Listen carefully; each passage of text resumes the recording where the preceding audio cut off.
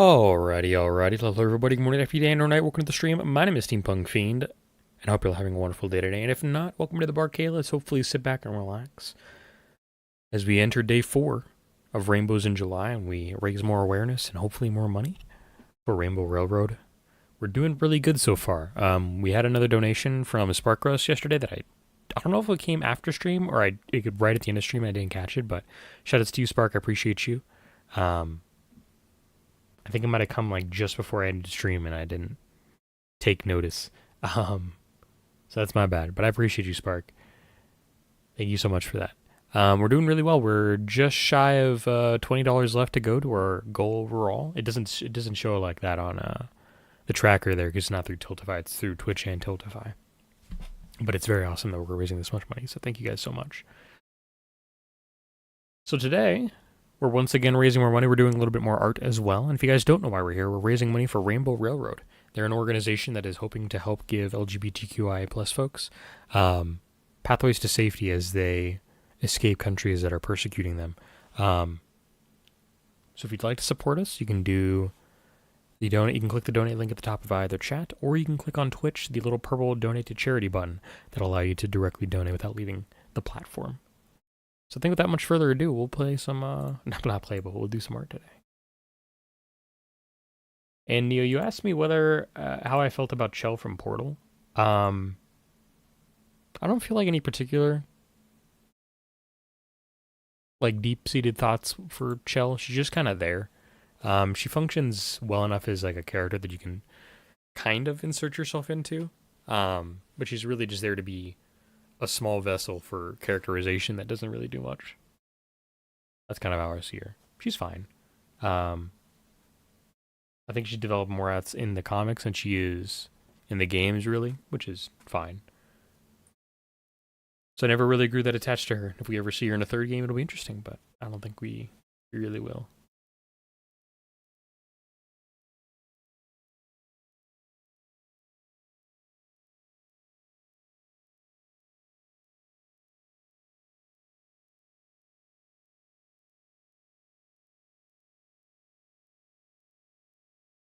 Okay.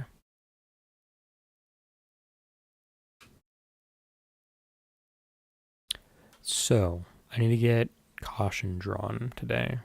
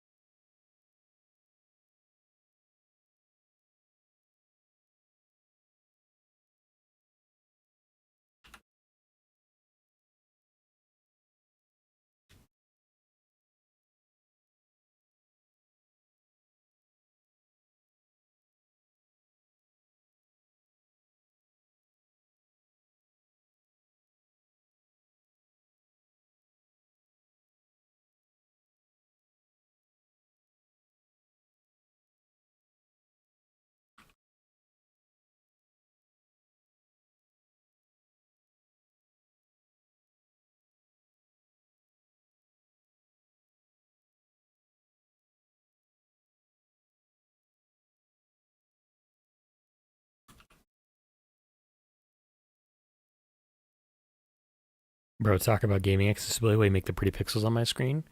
Sure. I think more often than not these days we need things that are, in particular, we need abilities to change our controls, and we need ways for gamers to be able to input their own control devices and have them be recognized by video games and stuff. There's a streamer out there who I forget the name of all of a sudden. I might be able to find him in my follow list. It'd be hard for me to find him, but there are a couple of streamers out there I know of that are that I know kind of communicate with each other that are all they all use mouthpieces due to their various disabilities, and being able to use a mouthpiece just functions as a way for them to be able to game, and I've seen them do fantastic things. So I think my biggest exposure to the one particular streamer I'm thinking of was watching them play a little bit of Yakuza with their um, mouthpiece controller. I think that's the right word I'm using. It could be also, I'm not an expert on this, so like apologies if I'm not using the right terminology for the controller they're using, but it was really cool. It's I know it was very tiring for them as well when they were gaming because exercising or using their face muscles that much and using the face muscles as a way of, as a form of exercise and exercising them that way can be really tiring for them. But they're great. They play great. They had a ton of fun. I know, and they were doing great series and stuff. They were a bit of a horror gamer. I wish I could remember their name. I think it might have been like Horror Guy something. I'll have to see if I can find it for y'all. But that in particular is a good example of like things that need to be more accessible, or that are like need to be more well known so that people can understand that they need support and stuff. Because one of the things you'll see with those types of controllers, they usually need their own kind of software to run in order to be able to be recognized by games. They'll function as a translation layer to convert whatever movement that the non-standard controller is making into standard inputs.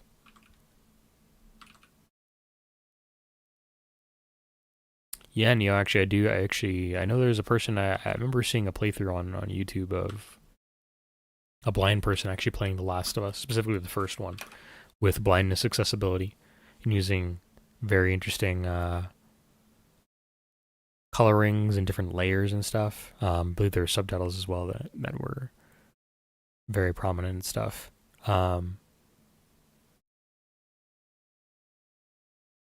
And while I haven't played those games and I haven't really spent a lot of time watching them, I do know that's something that is very, very hardly, very, I should say, very strongly supported by Last of Us, which is great, I think. I think more often not as well, like just really something like really basic that some people can do from an accessibility standpoint in gaming is just to give us the ability to rebind controls and allow us to rebind multiple keys to controls. One of my favorite things about Helldivers, I don't think it was Helldivers. What game was that I played recently? Did I pull up my Steam if I can remember?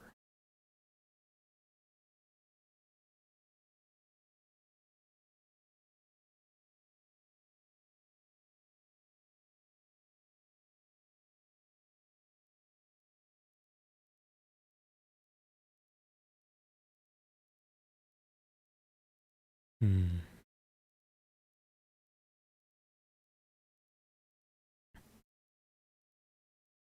I don't remember exactly which game it was. I'm trying to see if I can find it here on my list of games. But I really do highly value when a game developer allows you to see all the list of controls you can do, gives you clear descriptions of what the, like, what you're actually doing as an action, and then gives you options to bind it across multiple things. Did Death Stranding have multiple keybind controls? I think it did. Could be wrong though. Doom might have had some as well, but like I'm talking about like double layers of control inputs for a single action. If that makes sense.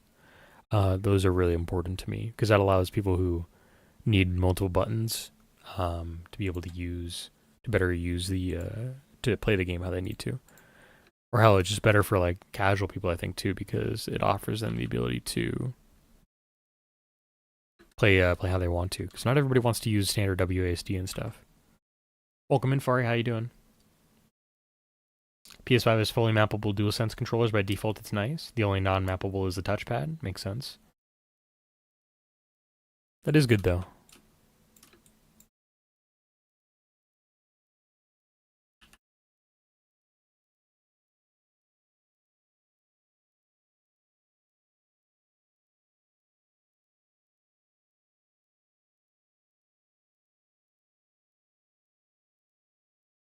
Nice.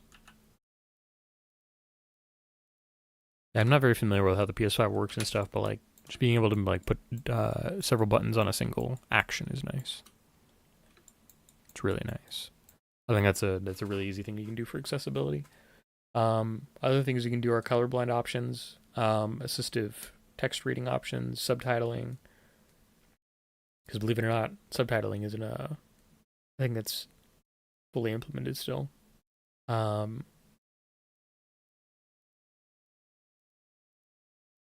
One of the other things that's like that needs to be recognized as an accessibility option is just like difficulty. Giving people the options to play games at different difficulties is necessary.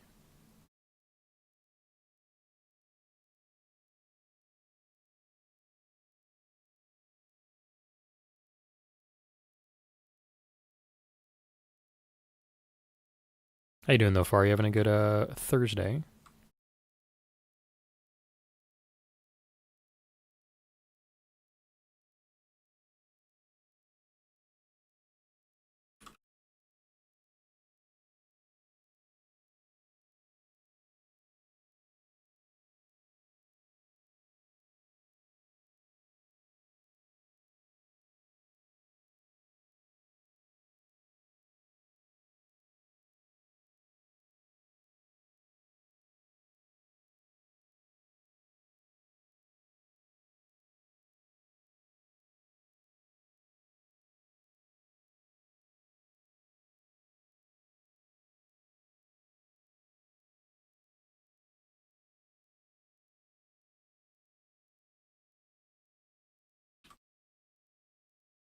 Yep, got back from vacation today. Nice. Congratulations. Hope you had a great time.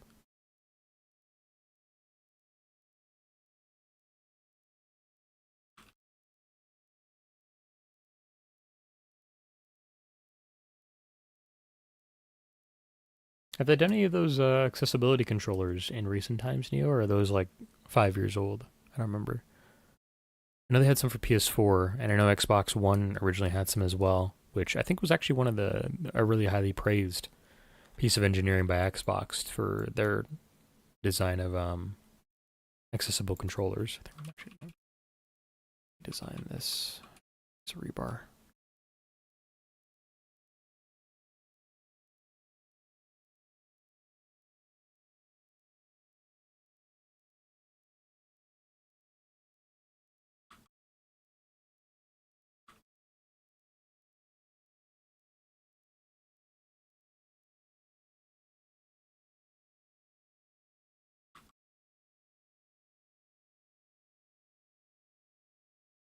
Yeah, that's fine. They have a few different ones for PS5. Nice. That's good. That's good. That was going to be one of the things I was going to bring up as well. Is that I was more familiar with the Xbox version one because I was more of an Xbox fanboy back in the day. But being able to see different controllers come out that are able to be customized and stuff is really nice. The problem there though is I don't know how expensive they are on PS5, but they were a little overpriced on Xbox side of things. Like accessibility options should not be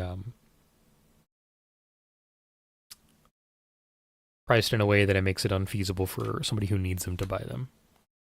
Right now, we're working on some art fight art today, Fari. So I'm drawing a little comic here, with the main character being here, Mochi the cat, on both sides. The idea is this cat's small, but they cook a lot, and so I'm gonna do a little meme or a little jest where they're gonna have a sign that's like below the window here on the first panel that says, "Knock for free food," right? Not gonna ask for free food or something like that. It's gonna have an asterisk though at the end, and the asterisk is gonna relate to the height. They cannot be taller than Mochi because Mochi does not like people who are taller than her. And so I'm gonna have one of my characters step in, knock on the door, and be like, "Oh man, that door is really short there." It's like, and then like he's gonna get cut off mid sentence as he realizes that he's too tall for free food. It's gonna be funny. So we're doing some good stuff. Should look them up. Nothing's perfect, but they try really hard to make them user friendly and customizable. That's good. That is good. One of the nice things about first party accessibility products too is that they can bypass the hurdle of needing independent software that's made to drive an accessibility controller. So anything like the mouthpieces that I was talking about earlier, the mouth joysticks, those might be better served, or they wouldn't necessarily need the extra time investment and hardware considerations, or excuse me, software considerations that would be need to be made if it was indie.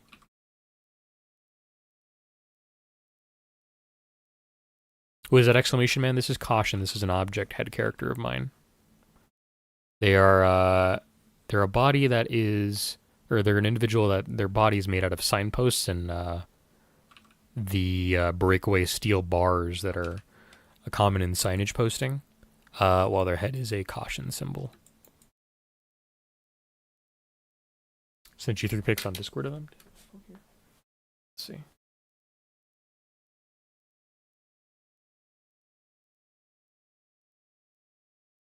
Oh, interesting. They have a very interesting kind of paddle arrangement style thing. It's cool. They have different button sizes as well for like X and circle and stuff. Triggers being like that is interesting. I remember the fight stick one, which I know people praise for having larger buttons and a larger joystick and stuff, which made it nice. You're you need something a little bit bigger and a little more a little bit bigger and like not necessarily as customizable equipment wise. It can still be customized, I don't know, but that accessibility one of the first 2 pictures you sent me are very interesting. I'm not gonna bring them up on stream right now, but those are very cool. Xbox has ones that are like very square and like modular, like they connect together, more of like individual pieces and stuff. I think they had replaceable buttons as well, but I could be wrong. But I'm more familiar with that style. It's like, yeah, kind of looks similar to what PS5 has there, although PS5 looks a little more esoteric. So I'd put it. More pedals are a big winner. Remote pedals are a big winner, yes, for sure.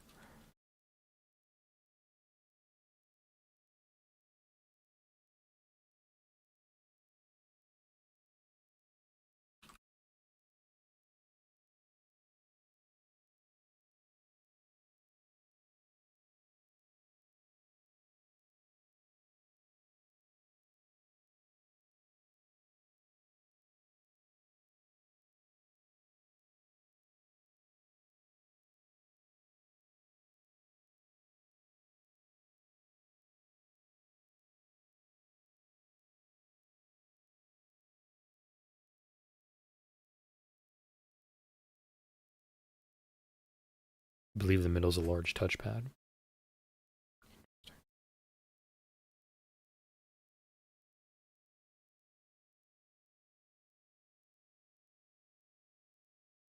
I did watch Tenno-Con, sorry.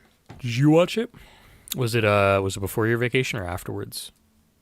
Or I mean, was it like or was it during your vacation? It was the more correct way to phrase that.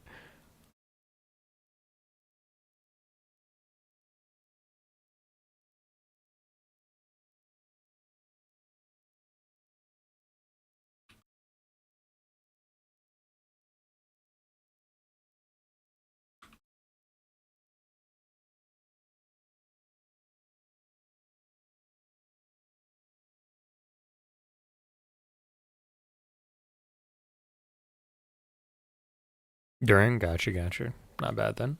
Hopefully you had a good time watching, and hopefully you can enjoy your Mesa Prime now that you're back. If you caught that, hopefully. What was your favorite part about Tenno-Con?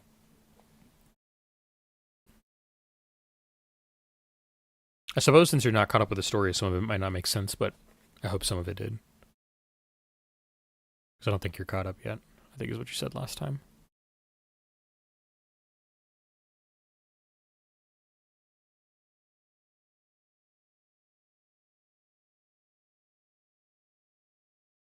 Probably no Warframe. Nice. I'm excited too about that one. It's going to be interesting to listen to Matt Mercer as a noir detective.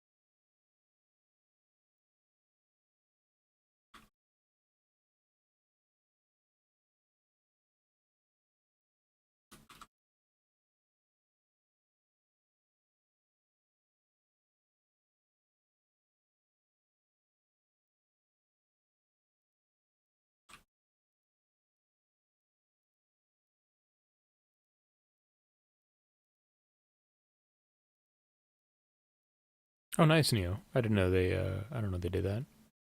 Neo's saying PlayStation allowed multiple controllers to function as a single controller, which is really helpful too, especially if you need like different buttons spaced out, and they all need to hook up in different ways and stuff to the PS5.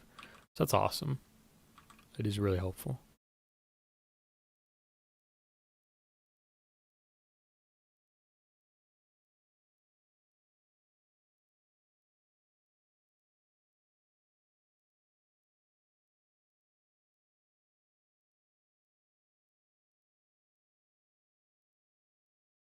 I think Xbox, or excuse me, Steam actually needs to do a little bit better on that front in terms of accessibility. Because sure, there's all the software and stuff, but if you don't have the know-how, or if it's not like really easily integrated into the platform, it can be tough to use. And I don't like that's kind of where third-party software I think comes in as well with a lot of different things. Is they need to make the handshake with Steam in order to work properly. I bet so. That's something I've always thought about. You know, I'm gonna leave that as paint. I think I'll do on later. Okay.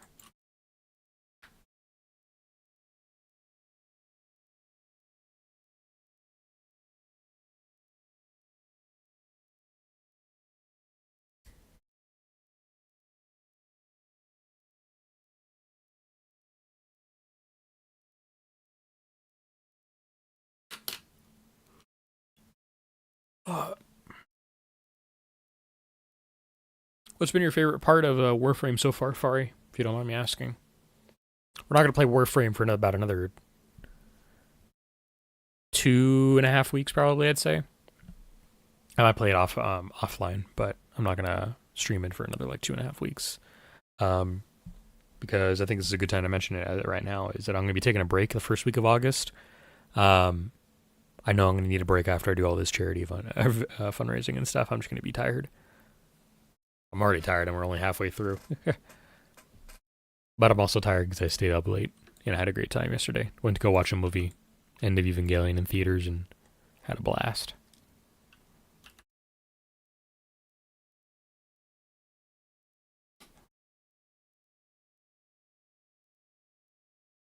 That's cool that the remapping settings are backwards compatible for DualShock 4 on PS5. For those of you hanging out on Twitch, and ads going to roll in about a minute. They'll roll for 30 seconds before you're back in the action.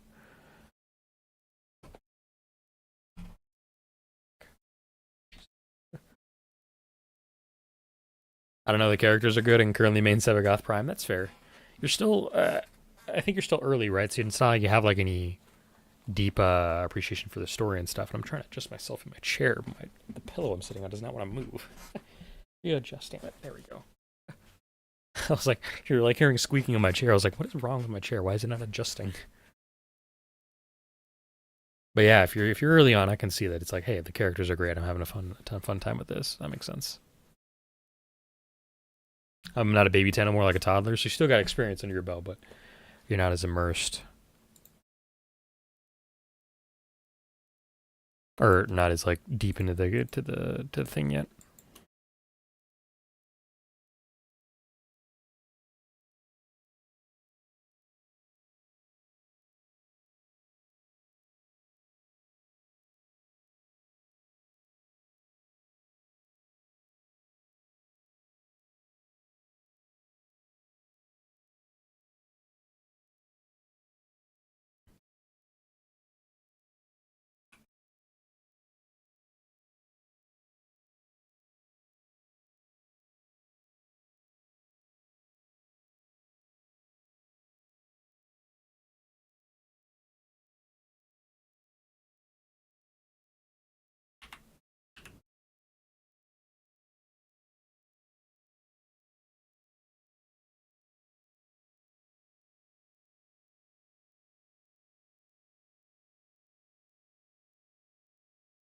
Welcome back from ads, y'all.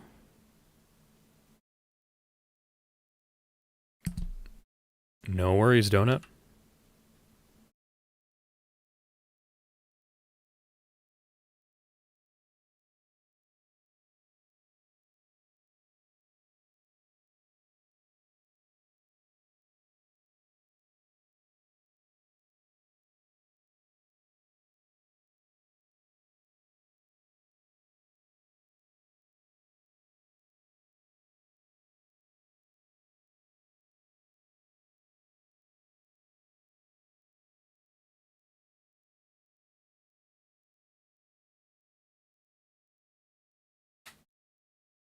Shout out to my monitor cracking and creaking. I probably got to replace that thing over there. Which Warframe do I use? My favorite? My favorite would be Grendel, but I don't have Grendel unlocked. Right now, Noko is my favorite. My little twink mushroom boy. Love him. Really good, powerful character. Um, I want to play with Grendel because he's my big sumo fella, and I love big men. And so I'm looking forward to him, and I probably love Gauss when I get him as well. The Gauss and Grendel Yowie couple. I love them. But I haven't unlocked any of them yet. I'm trying to get Grendel Prime. I need to do some more work to crack relics so I can sell them on the market for plat.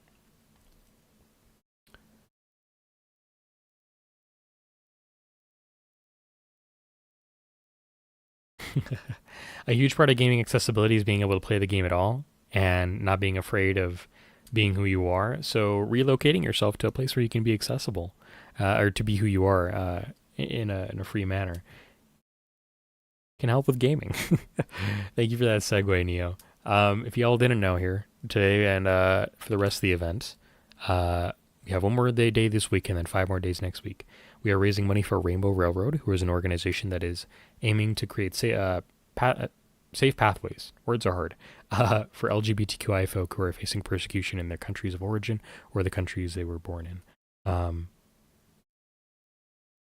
So if you'd like to donate, money goes toward whatever is the greatest area, the area with greatest need. Again, words are hard at the current time.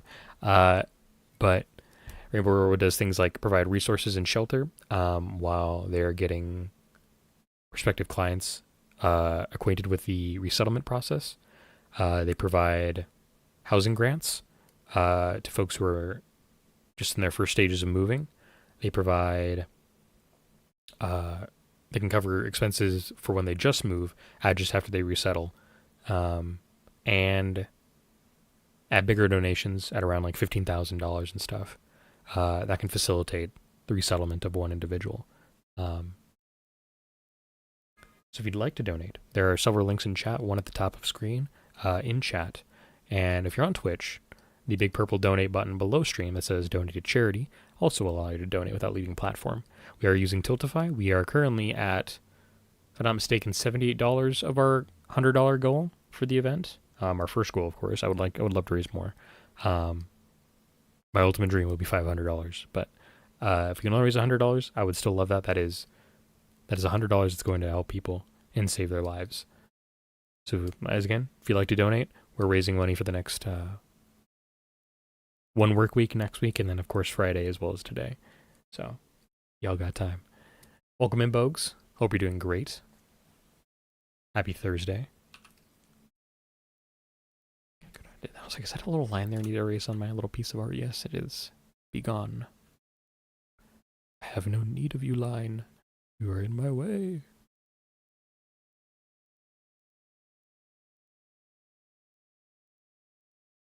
As well, if anybody's curious about what we're listening to, I know technically YouTube doesn't hear it because of, I want to make sure nothing that might be copyrighted slips through. We're listening to ocremix.org's litany of wonderful music. And right now we are currently listening to Sunrise Over Mardia from the Maple Story Remix soundtrack. This is by Level 99 and Liquid Wind. And if any of you would like to know what we're listening to at any point in time, just ask and I would love to tell you. And you can find most of these over at ocremix.org. Welcome back, Cucumbers. How you doing? Doing good, dog. Just editing a vid. Nice, Bogues. You're cranking out the videos, aren't you? You were playing a video game, weren't you yesterday? I think I saw you streaming.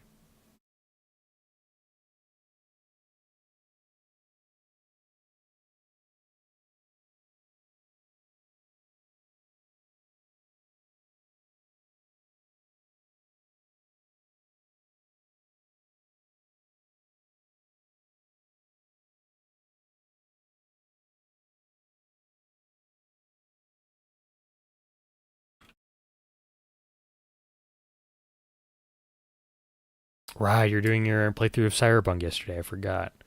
I guess I'm assuming watching me got you kickstarted on the idea of playing Cyberpunk. But if not, I have made an ass out of you and me.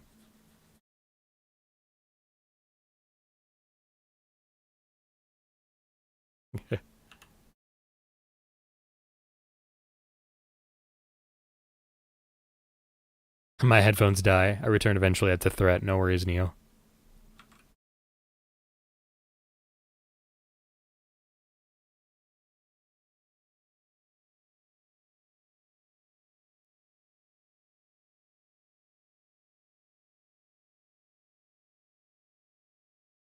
Yeah, that's good enough for what I need to be.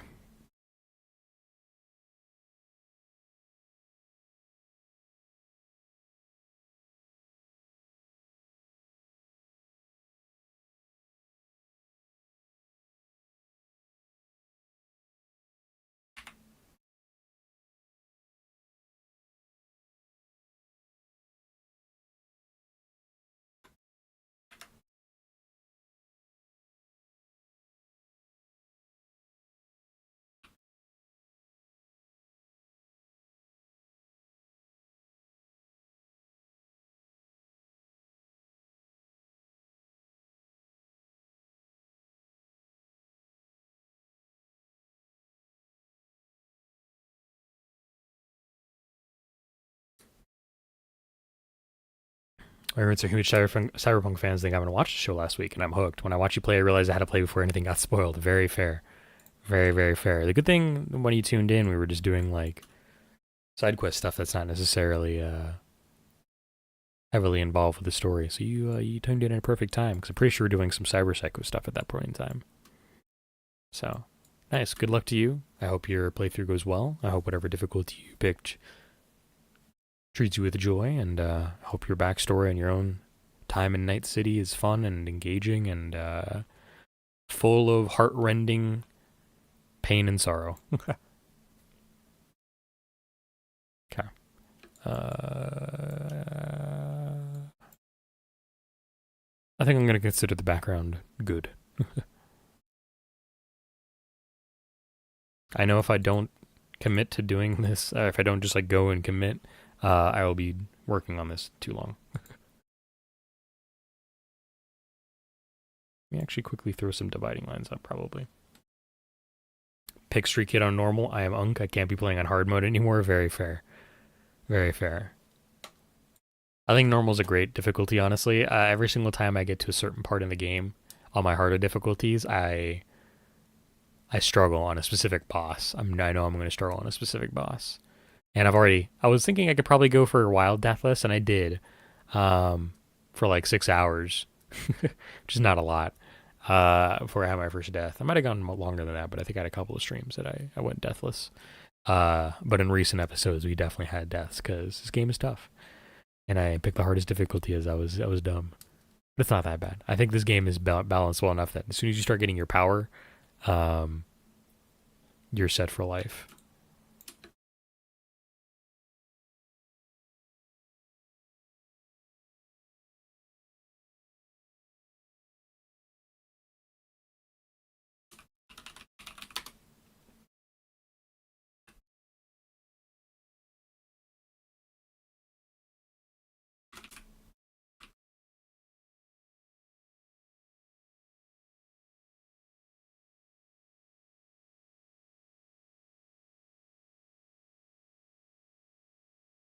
One of the things I think I got to do as a streamer, y'all, is I think I got to do anonymous follows. Because I was thinking a while ago, when somebody follows, it could be kind of intimidating to be like, to be called out, being like, "Hey, welcome in, thanks for following, appreciate you," kind of thing. It doesn't hurt to say like, "I appreciate you," but I really hope whenever I do that, it doesn't put anybody like on pressure or on blast to talk. And I've seen people use anonymized shout or anonymized follows, and I was like, "That's a pretty good idea," especially because I know some people like. I know sometimes I specifically want to follow, and I'm not sure if I'm going to stick around and like actually follow the streamer through life. And I'm like, well, so sometimes I don't. So I think one day we'll turn on anonymous or anonymous follows.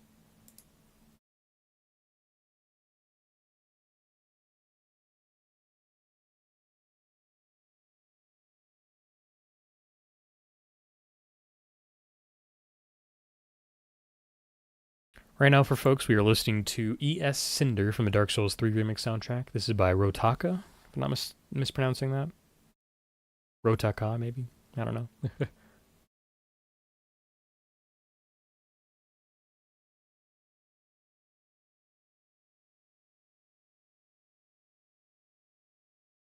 Holy cow.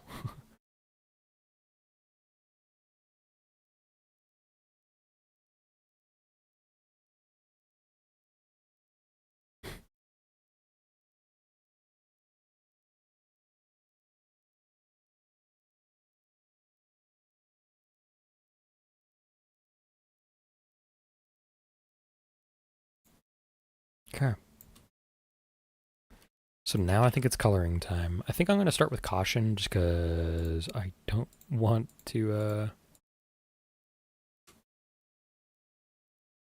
I don't want to tackle Mochi just yet. Michi. I'm thinking of the VTuber. Whoops. Do I do end screens on my YouTube? I do. Only though if I'm doing a series, then I'll do end cards. And specifically if I'm editing a video. If I just for the lives, I don't do end cards. I don't think. Um, welcome in, Yummy. How you doing? How's your Thursday doing? Um, so if you've seen, I don't know if you've seen my Helldivers, a few of my Helldivers videos, Bogues, but I do end cards on those. I did end cards on my Valhalla series a long time ago. And I think those are the only two series I've done recently that are actual edited videos and stuff. Did I make my end card? I don't actually like throw up an end card. I just throw with the YouTube end cards where they give you like the little playlists and stuff. I don't do any drawings. Um, I probably should do a drawing though one day. I haven't established a theme yet though. I kid you not, I was thinking I've been thinking of so many different ideas and different things I want to do for stream in terms of like end cards and ending sequences, and it's too much. I don't have a. I know one of my lines is I'm the VTuber with the inconsistent aesthetic, but holy cow, the things I've been thinking about would totally dive me down into the inconsistent aesthetic. Well, so Yummy, by the way, I want to say hello, and everything's going great. We're doing some art. We're raising money for charity. Um, in group, welcome in as well. We're still raising money for charity as well. Is the Barkade not a theme? It is, but like the good thing is with the arcade, I can expand and I can be more loosey goosey and I can make things that would seem plausible in an arcade, and I do want to do that. But um, the joke with the aesthetic thing is that I'm a dog boy. I'm called Steampunk Fiend. I literally have nothing that's steampunk about me. I run a barcade. There's not a bar here. There will be one day. The arcade is like a mishmash of games and vending machines down in the bottom floor, and uh, I'm inconsistent. The theme here is personal expression. It is, yes. Uh, so yeah, one of these days we'll have really inconsistent theming, which will be great. It'll be fun. But I was thinking of like doing an Evangelion thing. I don't. I think is what my ending thing was going to be. Just because I was thinking, uh, there's a great meme of Ayanami Rei sitting next to a lake, fishing, and she's like, "I always say morning instead of good morning because if it was a good morning, I'd be fishing." And I fucking love that meme to death. That meme is so stupid and so funny, but it'll always make me chuckle. Uh, and so yeah, that's the kind of it's the kind of humor I have, and I'm like, I want to put some of that in here. And of course, if none of you noticed, some of my my follow alerts, my raid alerts are just Halo themed, and that doesn't fit in anywhere either. And I'm like, I have no consistent aesthetic. I'm so all over the fucking place. It's funny.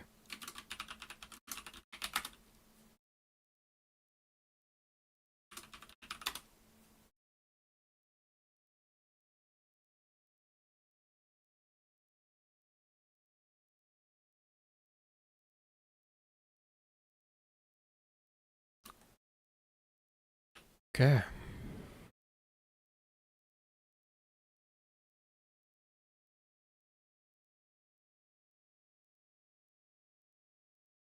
Today is going to be one of our shorter charity streams, by the way, as well. I do have a headache I'm kind of pushing through right now. So we're only going to have a shorter stream today. It's going to be about, hopefully, nearly exactly 2 hours. and I can take a nap and then maybe I'll hang out with friends later, kind of thing. You one of those days.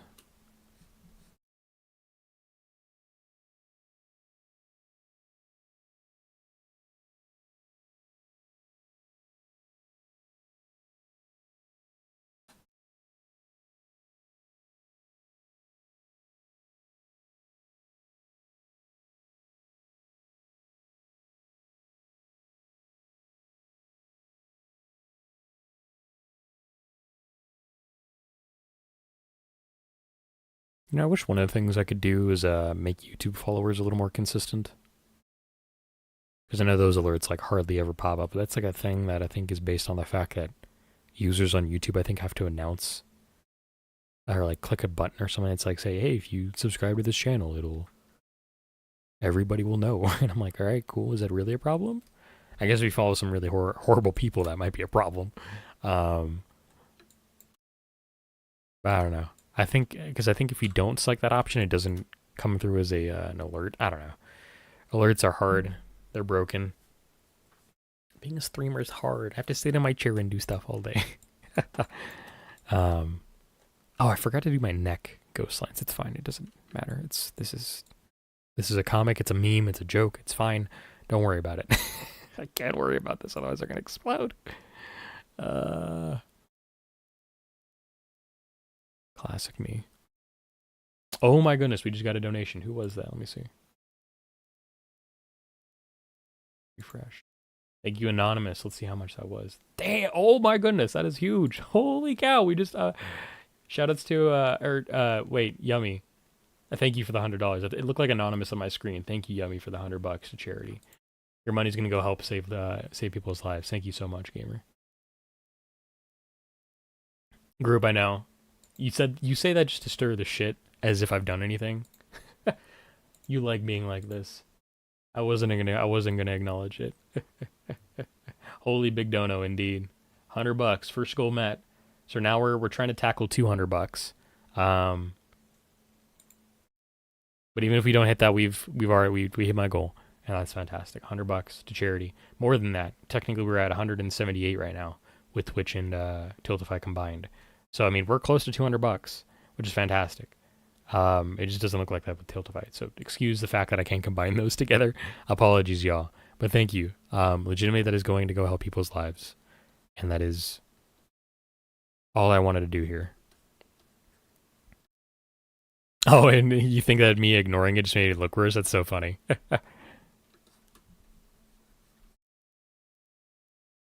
I was like, the other thing too, I was like right in the middle of like reading like 6 people coming into chat, and I was like, all right, how do I balance everything here and still laugh at the joke the group's always being like this? So I was like, how do I do this? How do I be a streamer? How do I get in my chair? I do kind of like poking fun of myself that all I do is sit in my chair and do nothing. Imagine donating twice a milestone. That would be like $1,000. The Fiend files, what would that be? Like my art history? Me drawing? I don't know.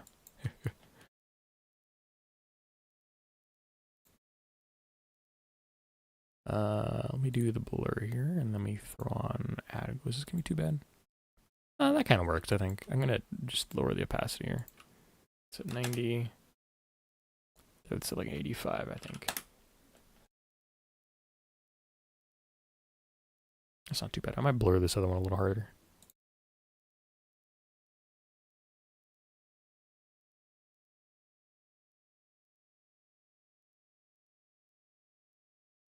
It says 50 on the screen. Wait, does it? Hold on. To be fair, I'm looking at like the tiniest text imaginable because I'm transparency. We stream at 720p because I don't think my computer can handle 1080p. But on top of that, I have this on my second monitor, shrink down in a tiny little window. I can barely read what it is a donation is, like, you know? So like I don't know what it says over there. But hey, you know what? You know what I see? I see progress bar at half filled, and that makes me happy. And it's even better than that. We filled the bar and we went then some, which is fantastic. Alrighty. Let me call this glow layer. time for shirts. If we want to be really goofy, I've often thought about what caution would look like without their shirt on, because they're technically just like pieces of like, they're not rebar, they're breakaway bars. I think they're called U bars. Oh, we technically do have the $50 milestone. You're right. We cleared the first 50. We cleared our $100 original goal. I guess that technically means I need to do my other milestones here. Let me activate the big 250. Sure, I'll activate that. That's fine. Oh, that technically raises the goal to 250. Let me see here. Hold on. That's fine.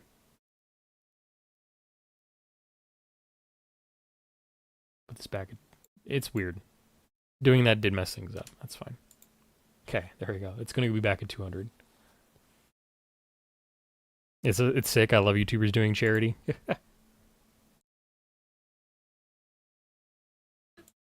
But anyways, yeah, like what I think my character here is just like a stick figure without the shirt on, which I think is really funny.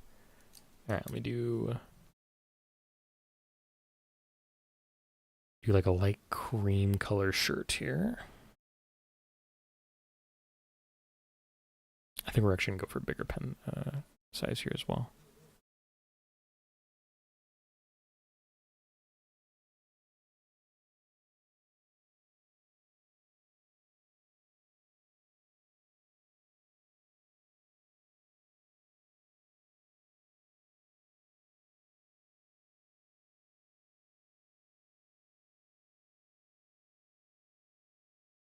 This is so bright. Why is this white so bright? It's because I'm sitting in a dark room. It's so bright.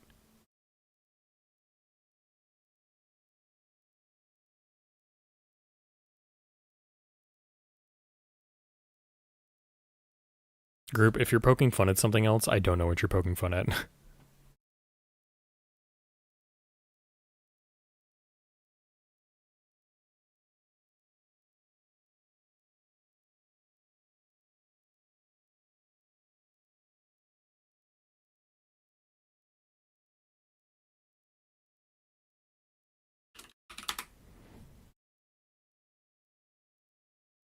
All right, let me get my acid wash jeans.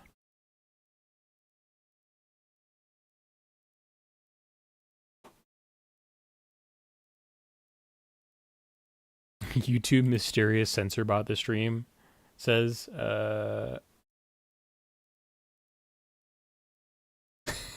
quick question, morality of not setting up an OnlyFans despite it earning you so much you can give more to charity. Believe me, I am well aware that sex work is good work in terms of like monetary value. I just don't.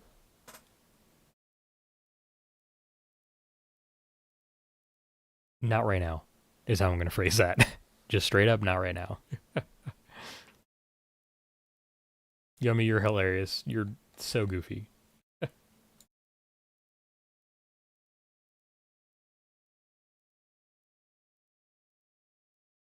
You don't what? What do you mean you don't what? The fact that I said I know that sex work is good work and that it has like monetary value. It's also just tough work. I don't know. These acid wash jeans look more like they're faded. Let me get actual jean colors here.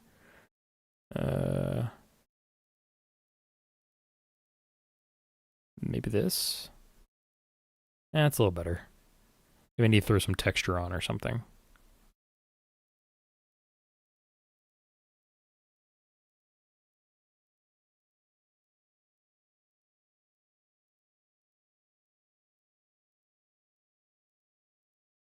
I just don't think me talking about this right now is like something I need to talk about.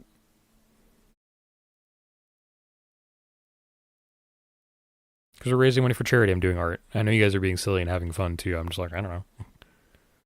I ain't got nothing to say on the matter right now.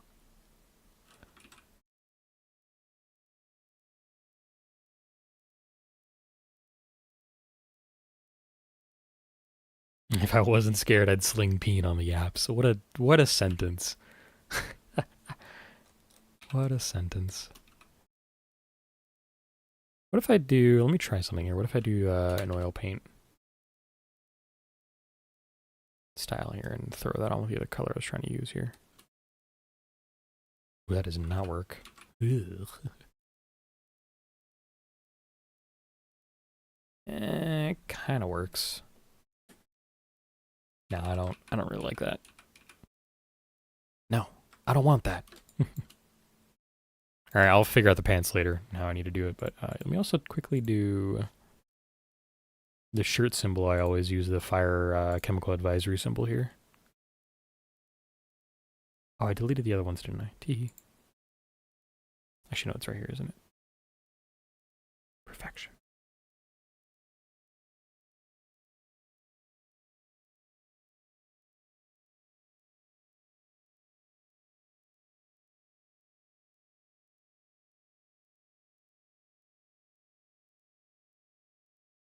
I will say though, like I think one of the bright spots about the internet and sex work is just how easy it is to how easy it's made it to bring communities together.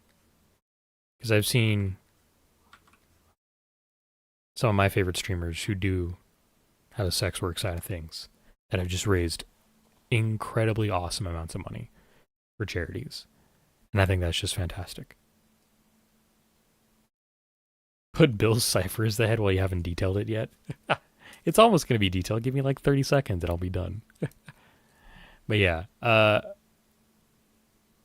not oblivious to the fact that the world we live in and the way sex sells, it has the potential to do amazing work in charity. Um, and it's something I have thought of. I'm like, okay, I wonder what the conversation has to be like when somebody working in the sex industry is like, hey, how do I raise money for you? Calling up like a charity and like, because like there is like a level of like brand that I think it does like get considered at a charity level. Like I would know I was talking with the charity representative I was speaking with. Shout out to Rainbow Railroad and all their help in like putting this on. Information scale wise, and I was thinking to myself because they do have a brand to maintain, and I was thinking to myself, okay, like at what point does like something not clear the bar for what a brand is like for what a charity brand is willing to accept? So I don't know.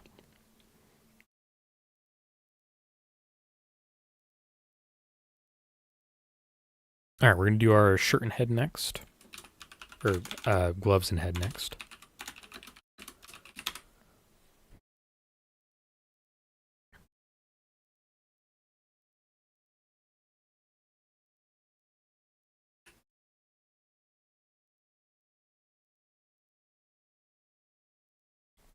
I've never actually seen Gravity Falls. I know I probably one day should, but when I was growing up and that was popular, I didn't have whatever subscription service was on to whatever subscription cable service was on to catch it. But I know it was all over clothing when I was in school. When it was a lot of people like a lot of people's like conversation topics and stuff. It was all over theories and stuff. Uh, I was like, I don't know who the fuck Bill Cipher is. Who is this guy? Of course, I knew who he was. I was like, I don't know anything about this fella. I kind of wonder what like fan clothing is like in schools these days too. Like, I wonder if it's just like Fortnite. Um, I wonder if Homestuck is still popular. I know I have a choom who works in Hot Topic, and I bet I could ask them what they think. What they think current like current culture has in high regard. But I don't know. No TV when you were younger. Yeah, I was back in the Stone Ages, guys. You don't understand. We stared at rocks all day. Hey, no worries, Yummy. I appreciate you. Thank you for the big dono. What did you also say? Yummy, it's fair. Sex work is if it's not worth in your eyes, that's fair. That's fair. Everybody has their own decisions to make as well. I'm not surprised YouTube caught that one. It was on Disney. But Disney's streaming channels were cable locked. I'm pretty sure. I could be wrong. I watched PBS. I usually just watch like public air stuff because that's what we get, and like it was free. So I mean, like, why not? Um, uh, the way you phrase that first sentence group is really funny because saying what I'm about to say is not my own perspective, but it would definitely be a corporation's perspective because personally, from a moral viewpoint, says Group 55, I think a brand's responsibility should just be on profit maxing, which is hilarious because that's exactly how corporations think, all right, this is profits. But the way you're phrasing that is meant to be that a charity brand's image should be that they should find uh, whoever they can to raise money. Um, I think that's what I was thinking about, like, too, because I think at some point, like, sex work raising money for charity definitely probably wouldn't really affect them, or I should say, like, wouldn't be like the biggest fear they have for a brand. I think it would be like if the charity branding that was being created would be slanderous if the Rainbow Railroad name was on it, kind of thing. Group says I might be a corporation in a trench coat. Uh,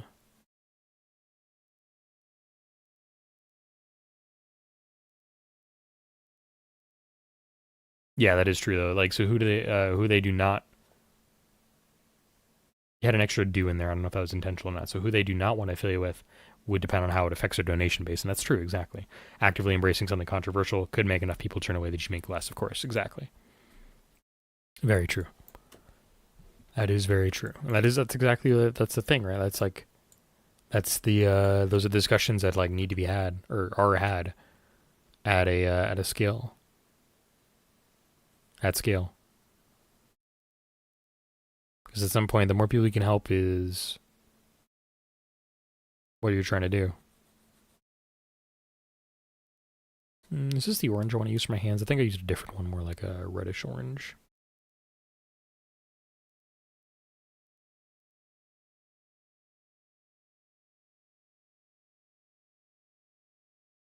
Yeah, I've seen plenty of folks work with charities and stuff, and that's always been always inspiring. I'm like, yes, because I think that's one of the necessary things too. I think one of the side benefits you get when someone who is familiar in the scene as working as a sex worker, is partnering with a charity, is that it removes a little bit of the stigma around sex work, which I think is important because it's just work. We all, like most of us, I was thinking about this earlier today. That I was thinking of, I would say in the world, there's probably like 30% of the world population that's asexual, but like the other 70% um, has sex, right? So like at some point, the stigma around sex has to be removed.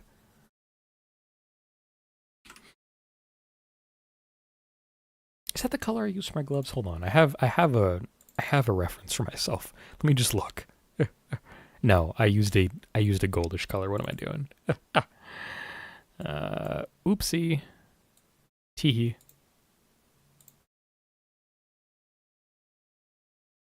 Yeah, I used like a tan glove color. Whoops.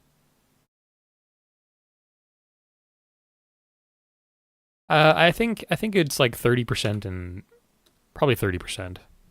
It could be lower than that, could be higher than that, but I think 30% is a fair shake, especially with people who have to be like closeted about that. That's my guess would be.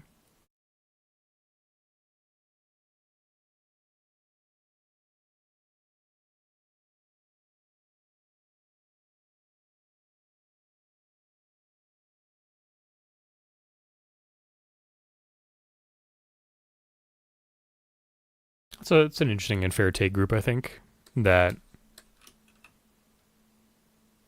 a celebrity supporting a charity should just be like a celebrity supporting a charity and giving away money, which should be acknowledged. And at least like at the very least be like, hey, they're giving away money. Who cares? It'll go to help a good cause. I think the important stipulation on that as well is that you really hope that they actually donate the money. There are scummy people out there in the world that probably would do things to avoid that. I kind of want to throw the breakaway. Let's do the steel bar here. But yeah, good points. And if in case it wasn't clear, we are discussing charity because we are raising money for charity. If anybody is interested in donating, we are raising money for Rainbow Railroad, whose mission it is to help queer folk find pathways to safety if they are needing assistance in escaping persecution in their countries of origins. So if you'd like to consider donating, we've already hit our first goal, which is fantastic. Thank you, everybody, so far. And the money's going to go to help save people's lives. I think in maybe about 5-ish minutes, and I feel like I'm at a good break point, I'll take a minute to read some statistic readings for you all, so you guys can get a better understanding of like what the situation is and what Rainbow Railroad is facing in the roads ahead. We can move on from there. If it wasn't between jobs, I would donate. Absolutely no worries. One of the stipulations I didn't get to say in that is that if you're not in a place where you can donate, do not donate. Sharing the word is important, and if sharing the word puts you in danger, then don't share the word either. Just stick around, enjoy the stream, take care of yourself, because we are raising money to help people out of situations where they are in danger or can't take care of themselves. Putting yourself in danger would be against, in my opinion, would be against the cause and the reason why we're all here and raising money and awareness. So yeah, no worries.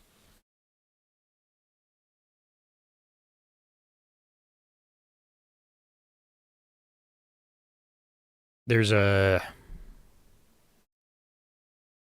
saying I would sometimes see when I'm watching other charities. It'd be like, if every single person in chat donated right now, we'd like easily hit our goals. And sure, that is a true and factual statement that can be observed, that a certain quantity of people donating a certain amount of money could instantly break goals, right? But that doesn't accept the reality of the situation where everybody is in their own is in their own little parts of the world, right? They have their own worries, their own problems to tackle and stuff, and that's okay. It is not necessary for everybody to donate. We all just donate what we can. So I think, is there anything else I needed to do for a character right now? I probably threw some stuff in there.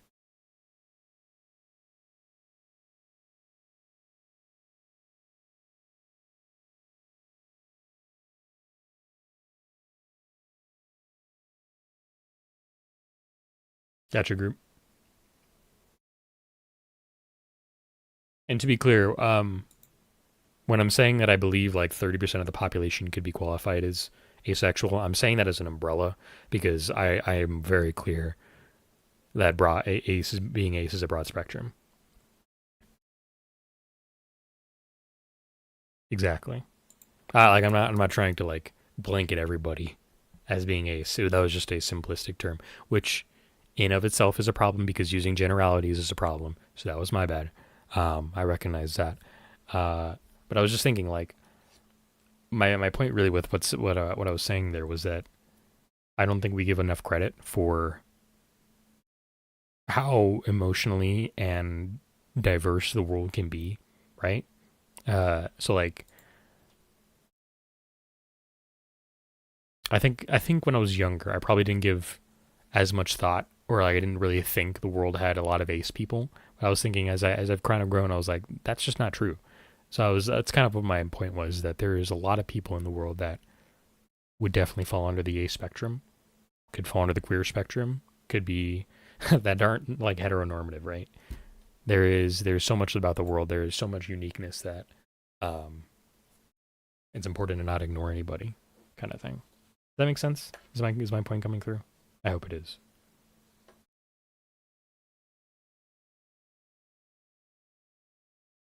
It was my fault that I used a generality in that, by the way. So my apologies for that. But I'm going to pull up my publication here in just a second. We can all read a little bit. And I can help better inform you all about what Rainbow Railroad thinks is the road ahead and what they noticed in their own publications and report findings. You're good. I just feel the context help. It certainly did. So thank you for providing it. I appreciate that. Alrighty. I'm going to read you, and I'll actually bring this and put it in a link in chat. So if you'd like to follow along with me as we read this publication, we're not going to be reading the whole report. because that is 70 pages, and I don't have the time to read 70 pages. Uh,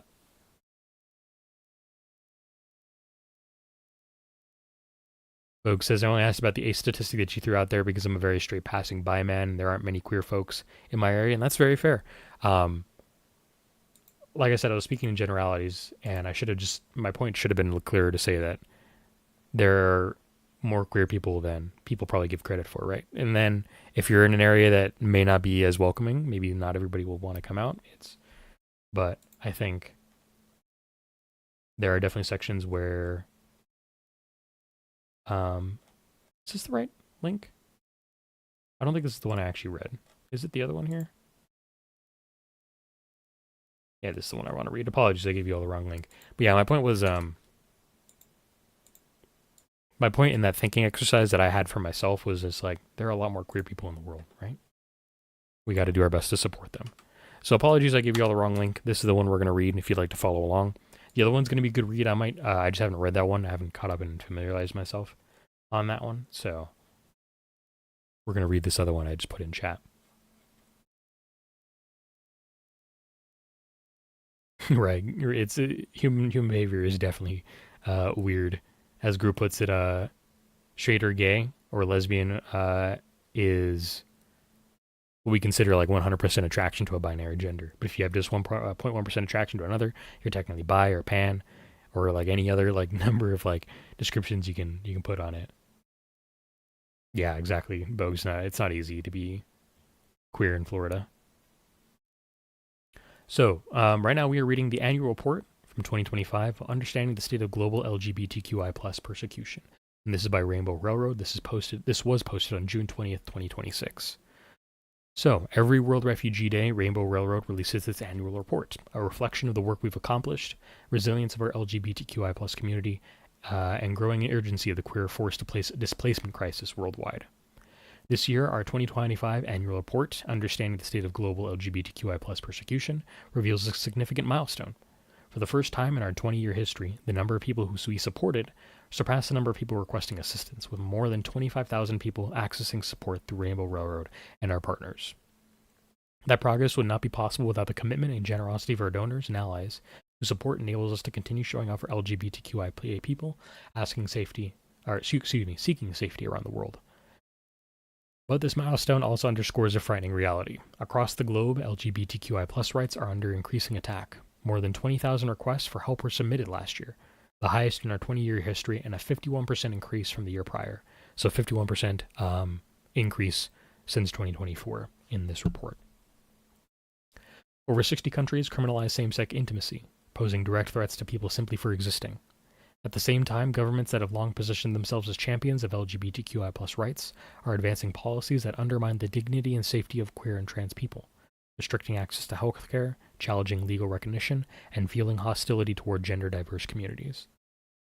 This erosion extends beyond LGBTQI plus rights alone. Canada has introduced and now passed legislation that weakens access to asylum, while below the border, the U.S. has further restricted pathways to safety for refugees and migrants.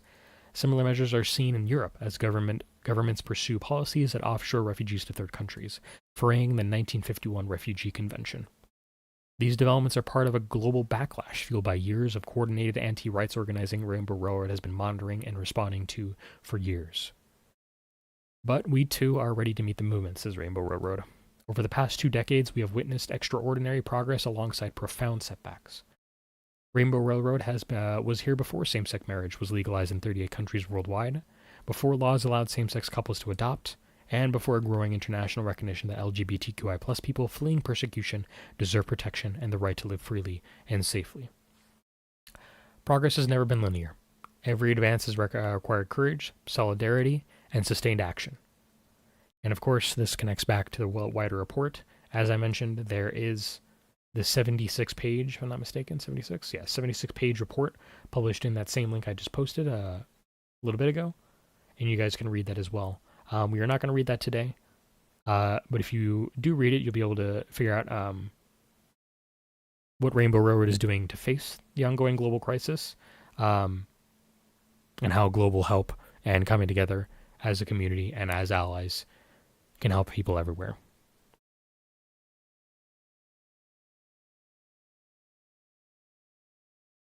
And so with that, I want to just remind you that, of course, we're raising money today. But if you don't want to use either our own Tiltify link or the Twitch charity donation tool, you always can go to rainbowrailroad.org and donate using the blue donate button at the top of the website. As well, I want to take a moment to highlight that if you are in a place where you might need Rainbow Railroad's help, there will always be that request for help button at the top of their page. And if you're in a place where you might not be safe, using the button combo on your keyboard, Control Escape, or the little eject button on the bottom right of their page above the light versus dark mode button they have, you can also exit from the page to keep yourself safe. Those two options, Control Escape and the eject button, will completely basically close down and lock Rainbow Railroad for a little bit and take you back to basically a search engine website that'll hopefully help you keep anybody who might be posing you a danger off your trail, essentially. On top of that, I'd like to highlight that I did mention that if you do need to request Rainbow Railroad's help, you can do it on their website. Doing so does require a few things. I wanted to highlight a couple of things that were brought to my attention regarding that. So anybody who does need help, you guys can have the most up-to-date information. This is provided to me directly from my liaison with Rainbow Railroad, so this is information from them. If you needed to doubt its legitimacy, you don't have to. And this is what you can expect. So hitting that button on the request for help on their page will take you to a sign-up form that requires your email and date of birth. And then at your email, you'll get a verification link, and that'll basically set you up with access to their client portal. So from there, if this is your first time requesting help, you will be requested to submit a case file in their system. And then after that, you'll get an automated response outlining next steps based on the options available to you and from the information that you provided them. But you should also keep in mind that, as with the publication we just read, Rainbow Railroad is facing the most amount of requests that they have ever faced, technically. 51% over 2024. I believe I know in another publication I was reading, it was either 20,000 or just above 20,000 requests they were receiving or expecting to receive this year in 2026.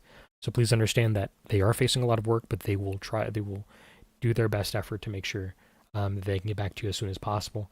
And they will get to every case. As well, they also made it clear to me that sending multiple requests does not help. That will actually slow it down because it clogs up their client portal and the way their caseworkers handle their client portal. And as well, if you do need help, please understand that your information is confidential. Do not worry about Rainbow Railroad sharing it without your permission.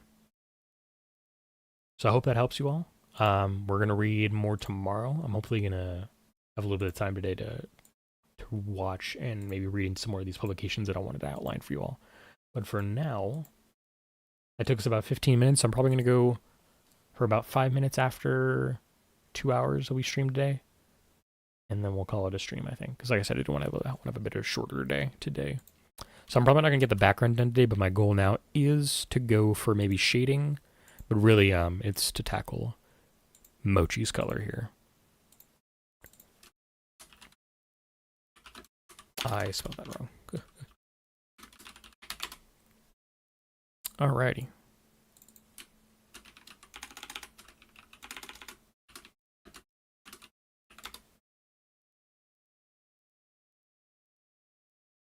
Alrighty. Let's grab some colors here, and let's see how I can best use them. Actually, I kind of want to use this white first. We're going to go for...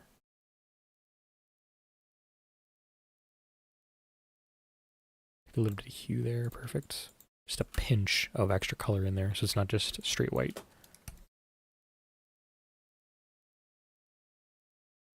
So what we're going to do is I'm going to put down a base layer of color.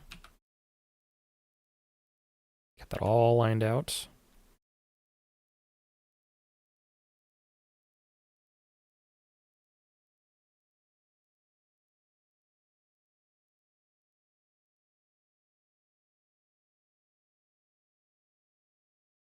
And then I'll go back over the base color, add the calico spots I'm going to add, and then we'll do an additional supplementary layer that are the dark orange spots.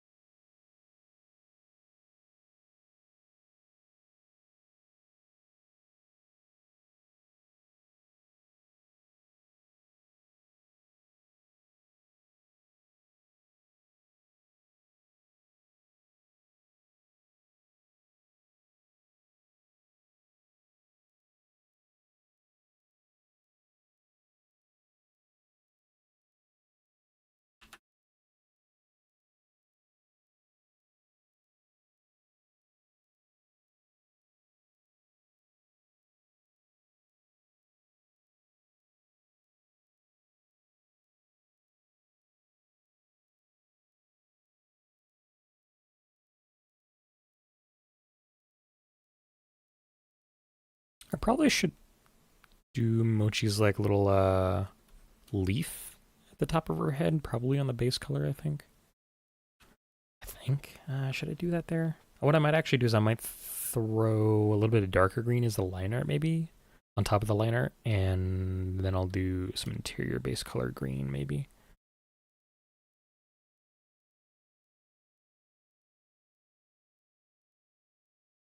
Okay, blinding white cat. It's like we turned on the sun. Throwing flashbang. I promise I'll fix this in just a second. I do want to do the other uh, panel that I have with Mochi over here. I'm gonna color in as well, I think, before I get the other colors on. So apologies for anybody in a dark room right now and having their eyes seared out. Apologies.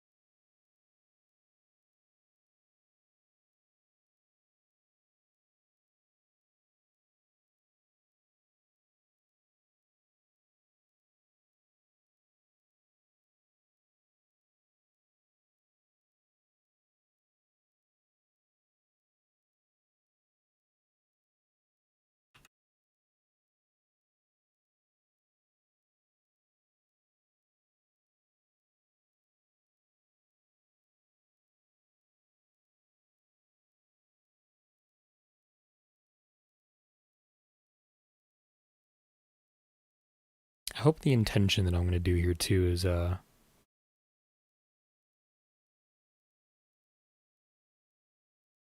Mochi's got like a clenched fist here is clear as well. If it's not, it'll just look funny, I think, still.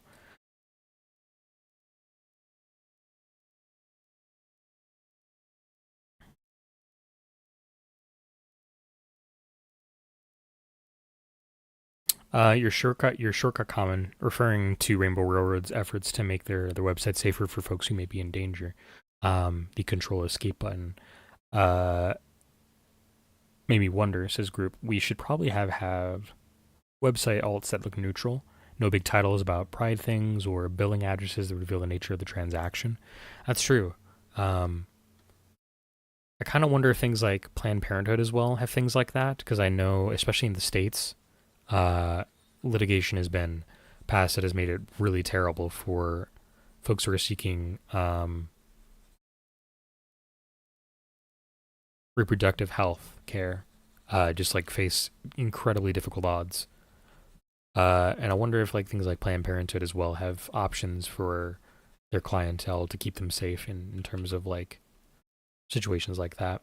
Because I know there's like I think one of the obvious and maybe or maybe like maybe one of the maybe like less obvious but like well established kind of examples we can point to is like we obfuscate things that we get in the mail sometimes, right? If you're receiving adult toys, um, those often have discreet packaging, which is a weird comparison to make. I know technically when you're like having you're talking about discrete messaging, but I think it conveys the idea well that like there should be options hopefully for people who are experiencing danger that they should have options to safely hide what they're doing if they're in a situation where harm could come to them if the actions are revealed. But realistically, I wanted to commend Rainbow Railroad for that capability because like I mentioned, it doesn't like jump to my mind as like something you see very regularly as an option for folks. So at least I wanted to commend them for having that as an option for folks because yeah, that's absolutely necessary to keep oneself safe.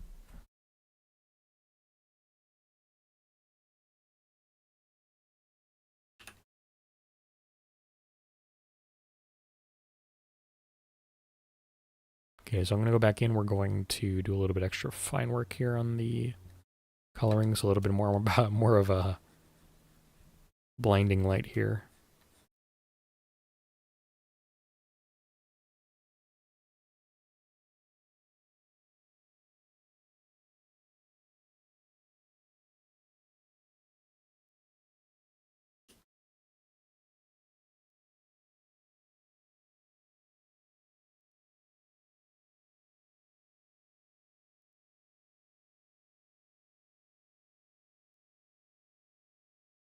Group says, yeah, they absolutely should be commended. I just never thought about how incriminating these support sites could be if you ever caught reading them. Exactly.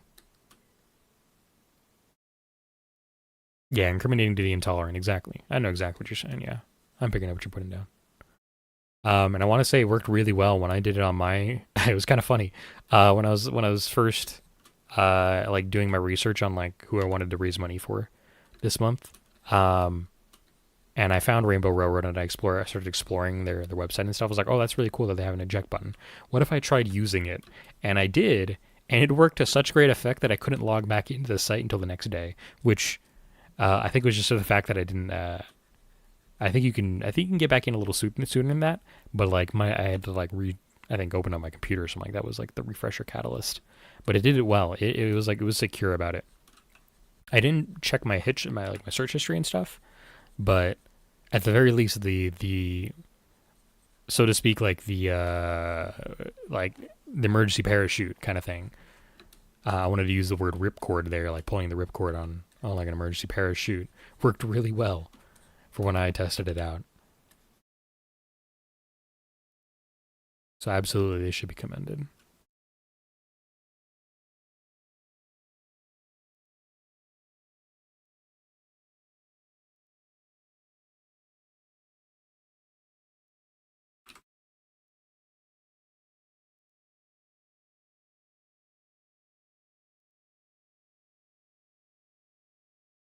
And probably leave a couple of like little stray colors popping over each line. I think because it kind of helps to sell the fact that I'm drawing this. I think it helps sell the aesthetic I like going for, like my rough sketches.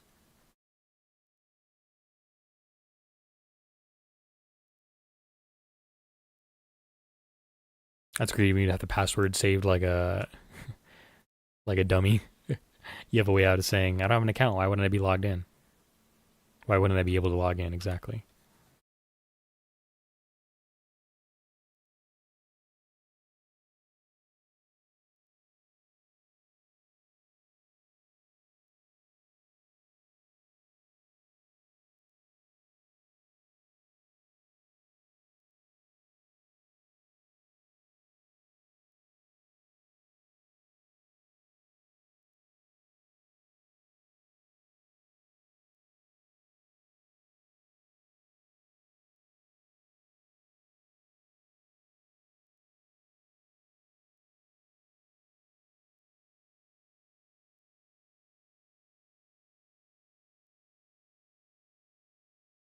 Since I haven't brought it up in a little while, right now we're listening to May Fortune Smile Upon You for the Metal Gear Solid 2 Sons of Liberty remix soundtrack. This is by Vig, V-I-G, Vig. You can find these on ocremix.org if you'd like to support the artists who go ahead and create these. I also want to shout out Rainwave, who has been the tool I've been using for a long time to listen to these as a radio playlist. She's got a ton of great music options over there.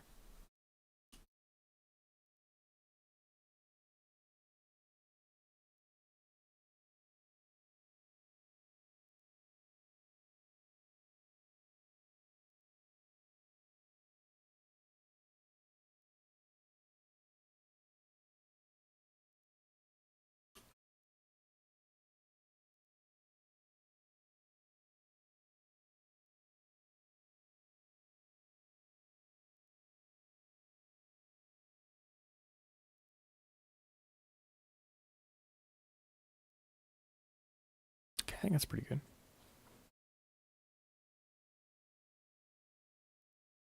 Oh, that's a good point. There should be tension in the arm. That's totally true. I could do that. I don't know if I want to rework the line art specifically for that. Yeah, you were right. If I really wanted to go for that, which maybe I'll do that off stream. I don't know. I'll think about it. If I need to rework it, I need to make the arm tense a little bit. Good point. Great point. All right, now let me go for our calico pattern. Is it calico or is it turtle shell when it's like this? I forget. Right here. Black, okay. Why did that go off? What the fuck? Ko-Fi bot. Bad. Bad Ko-Fi bot. Get out of here. Bah! I don't know why my Ko-Fi bot decided to go off all of a sudden. Did somebody like click a button for that? What the hell? That's weird. That shouldn't be... Should that be enabled at all? I don't know if I've seen that go off or not. That's really funny. Well, I have to go turn that off, I think, off stream. That's really funny. Oh well. Do not support me this month. Go support charity.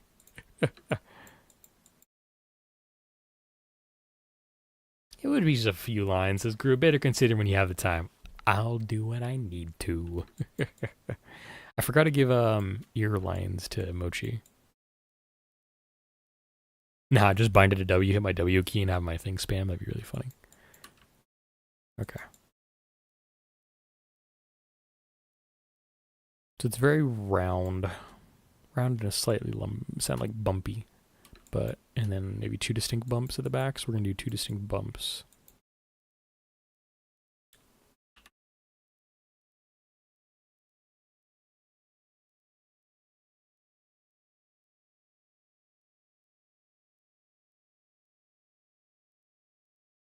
And then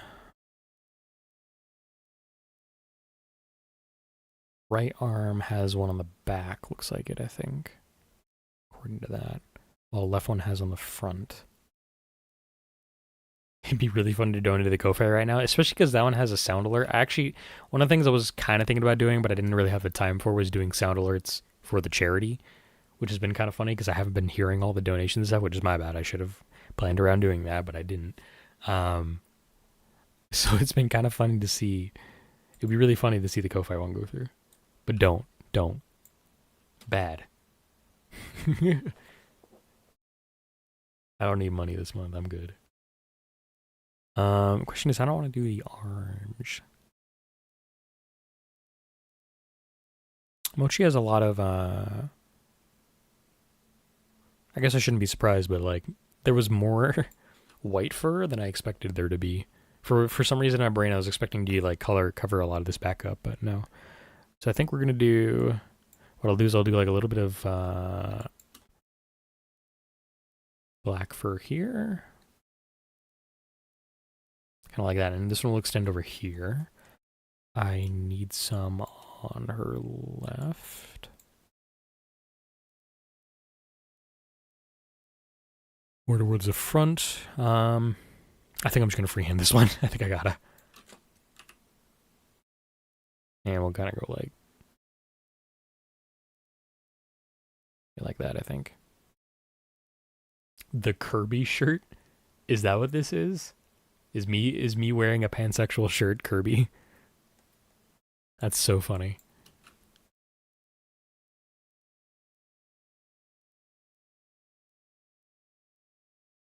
That's really funny that if this is Kirby. But I can kind of see it. I can kind of see it. The work of the gray gender that I got on my tassels versus the pink of the top of the pansexual flag does kind of look like Kirby, which is funny. That's really funny. Yeah, yeah, yeah. I see it now. I see it now. I was like, what? That's really funny. You know what? Kirby's pansexual. I'd headcanon it. So I think around here we'll do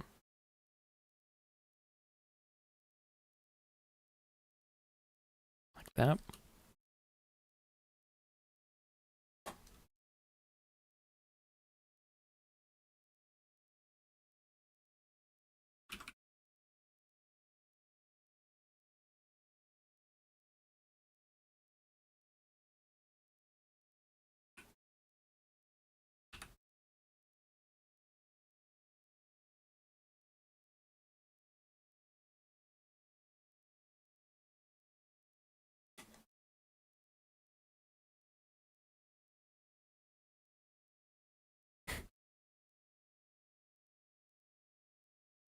How close is it to their feet?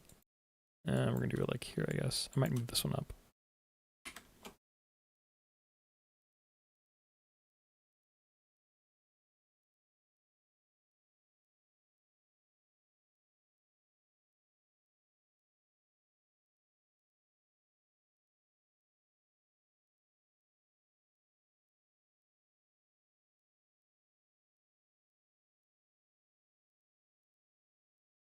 Yeah, that gives us space, I think, which is good.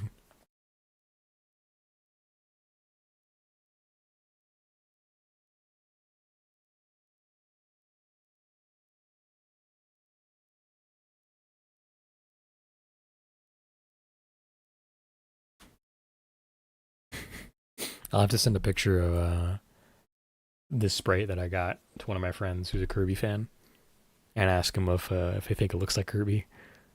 Should be pretty funny.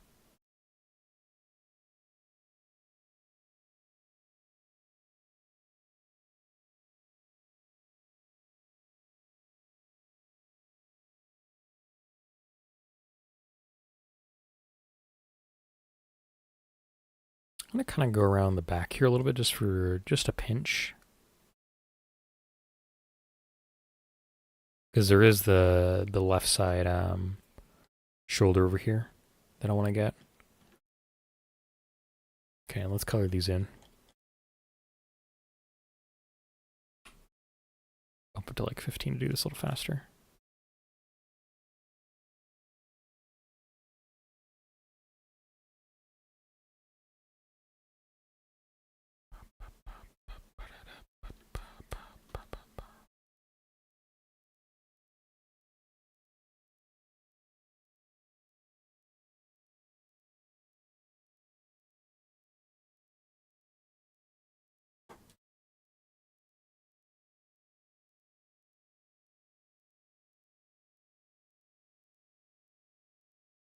I really think I probably should give like some of the Kirby games a try on my own time one day.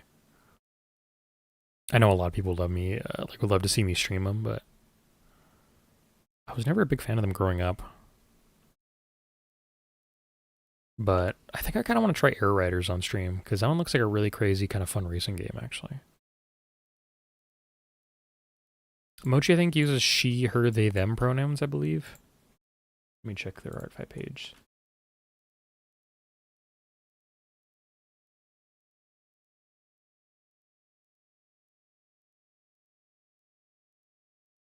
That'd be she, they. She, her, they, maybe? Regardless, I don't think it's he. History brain melty. Hi, Fiend. Welcome in, Spark. Too hot again? I think it's Calico. I think Mochi, yeah, might be Calico. I don't... Let me look at Calico Cat.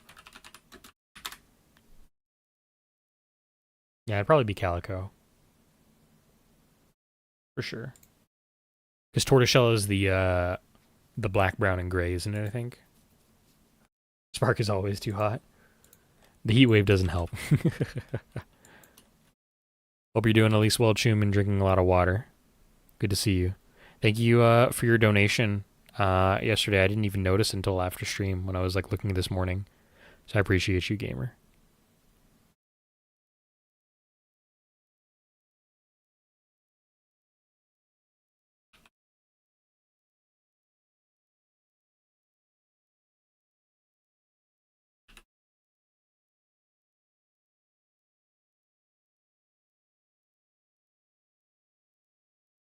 Humidity has skyrocketed, so it's worse. Unfortunate.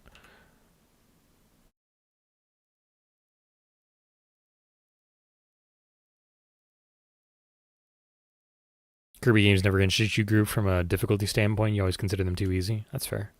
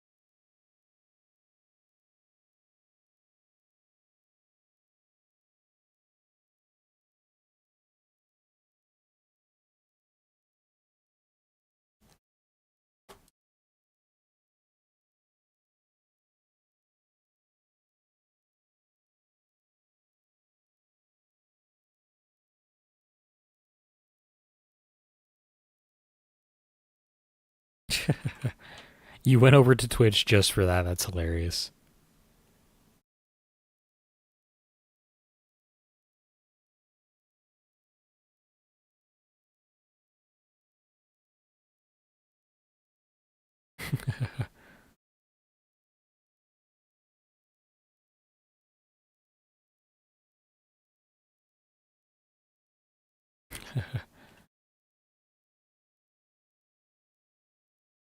All right. The gray's done on the first half. We'll have to repeat the process on the other one, but for now we're gonna move on to orange here. And like I said, I'm gonna do the darker orange speckling by hand on a separate layer as well.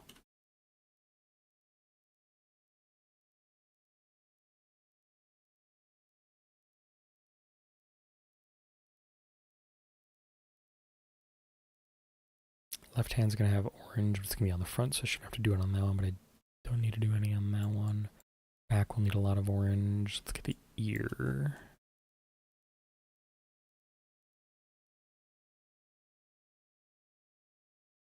Gods, I hate the humidity. It was thankfully not humidity like yesterday. It might be humidity today, but I know Tuesday night we had just a downpour of rain all of a sudden. So I was really glad I didn't go outside. I kind of thought about doing it, but I imagine the humidity would have skyrocketed with how warm it's been. So my condolences, gamer. My condolences. I've been watching. I know I talk about it occasionally, but I watch a lot of sumo now, and I've been watching the humidity charts for them over time, and I'm like, oh man, they've been getting hit with like 40% regularly over in Japan. It's like oof, just oof. That's not a bad one. I think I'll keep it like that. Oh, I forgot the tail, the gray on the tail. Oops, I have to fix that.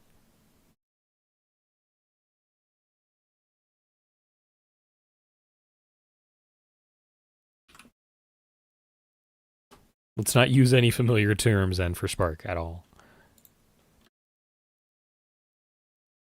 Add most on the drunk aunt. Nice. You would be a great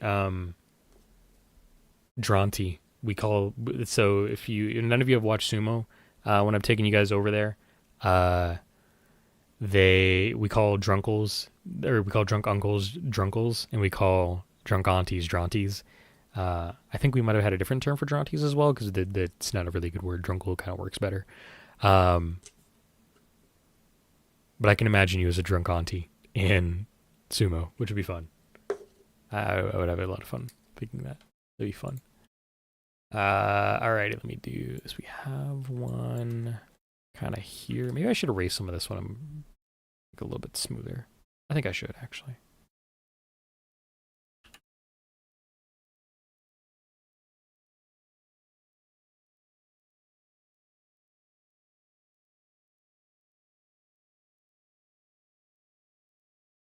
We had insane humidity like a month ago. Two crazy thunderstorms followed it. I was pulling 4 buckets of water a day out of the air. For comparison, I pull maybe half a bucket out a day now. That's crazy. I didn't know how you. I didn't know you had a like. Are you using dehumidifiers or using something else? Group. Trunky. Good lord. That group. I think what we should take from this is tone it back a little. Unless Spark says it's okay. Okay, we'll allow that one to go. We're so silly here.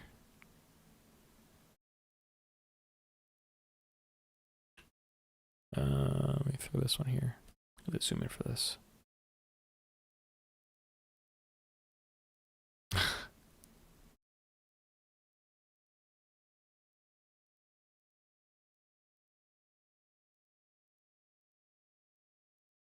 Brain is soup.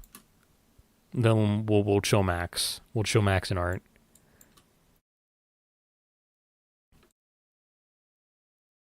Yeah, are you using dehumidifiers, group? I'm curious.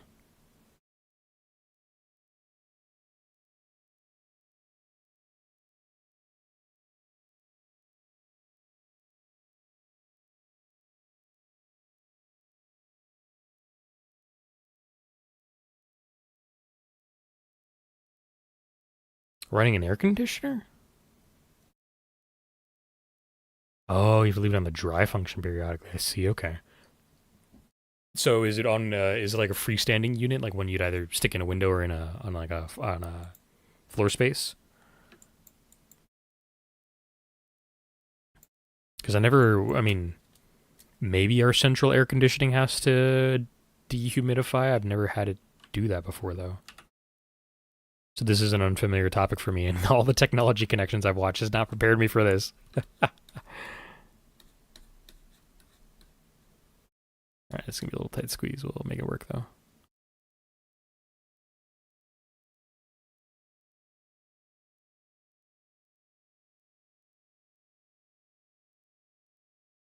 Oh, gotcha, group. Okay, that makes sense.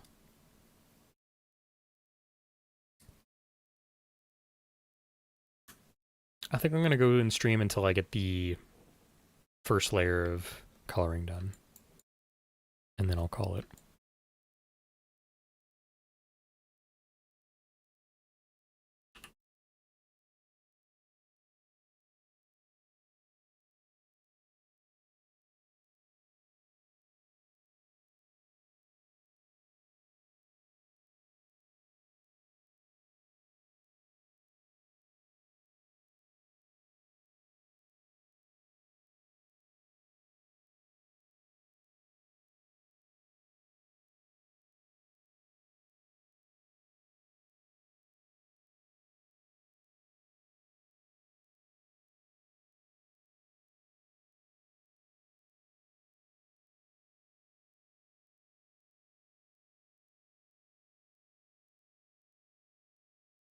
I remember times of snow and joy and beautiful trees.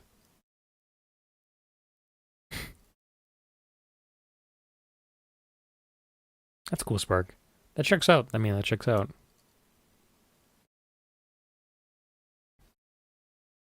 Oh, Jesus, there goes that.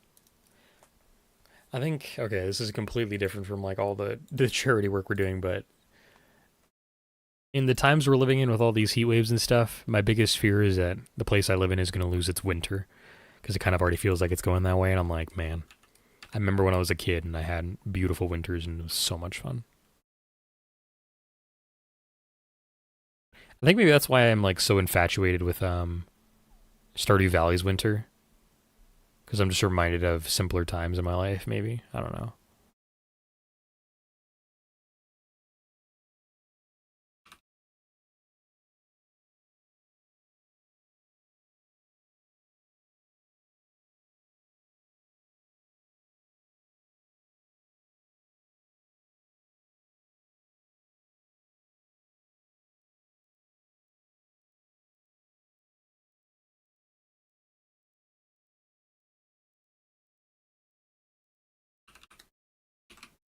Right, that would make sense.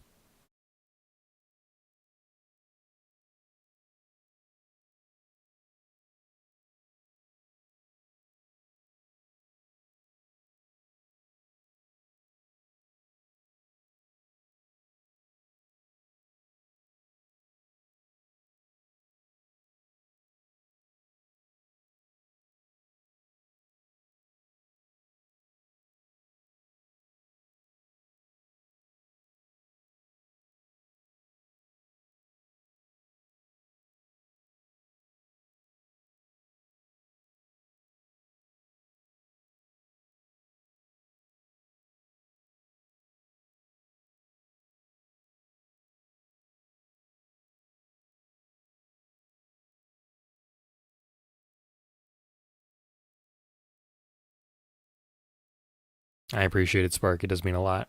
It has helped greatly. We've succeeded in our first goal, so we're moving on towards 200 now. We're really close. We're about 180 bucks with Twitch and Tiltify combined. So your work, your help is going to a great cause, and I appreciate it. It's a valid fear. We've lost it already, says Group. We have a sleigh in the shed that has been used since my childhood. Damn.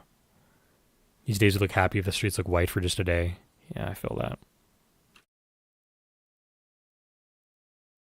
Winter is going. Feels sad.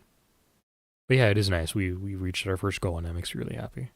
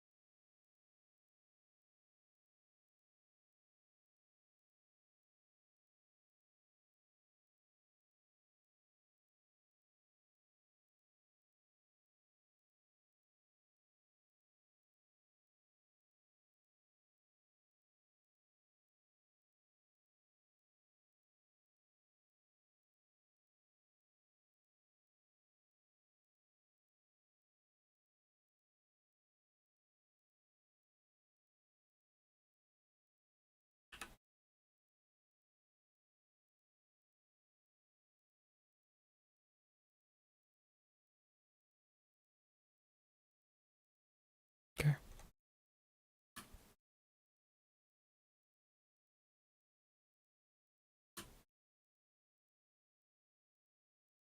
So now we're gonna do the.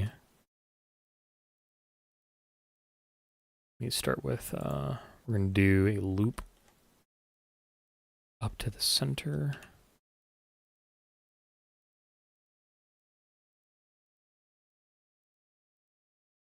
Kind of like so. Which is the wrong pen size, but that's okay. And we kind of have like. So from here down to there.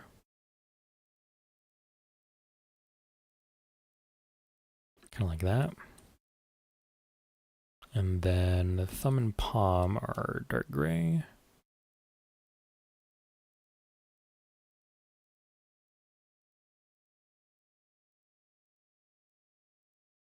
We're not going to see any of the palm because it's obscured mostly, but actually I guess I can do it technically a little bit here. Turn that back on, we'll do that there. That'll be the thumb and palm aspect of right hand. And then down to here, we're going to we'll do, I think, this, because we don't really see the interior side of the right, or left arm, excuse me. So we're going to go for 1, 2, like that. Should be a little higher, actually.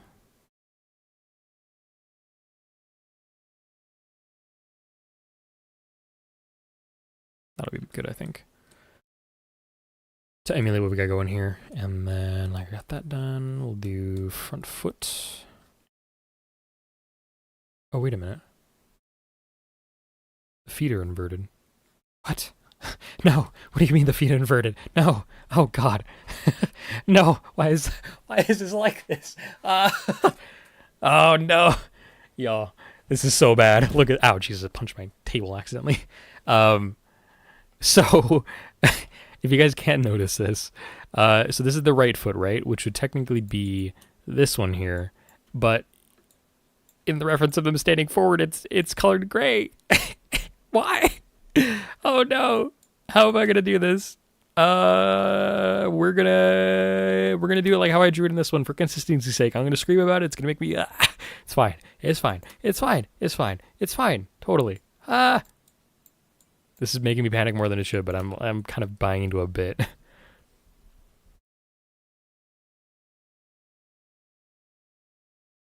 I can't believe it. That is horrifying to notice. It could also be just like the patterns are like different on like both sides, like on like from front to back, and like just a little goofy, but it's so bad. I could mirror the whole image. Thank you, Spark. Oh, that would not. Yes, totally. That is. That's an almost even more bad option. Hey yo, Gripper says Neo. Welcome in, dude. How you doing? Welcome back. Congrats on earphones being charged again. Yes, we were working on Mochi's grippers. I kind of feel bad saying this considering this is an art fight attack, but yes, the grippers. Okay, and then we'll do orange. Actually, no, we're going to keep doing the gray. Keep doing the gray first. And then tail needs it. All right, I'll be a little loosey-goosey on this. It doesn't need to be that perfect.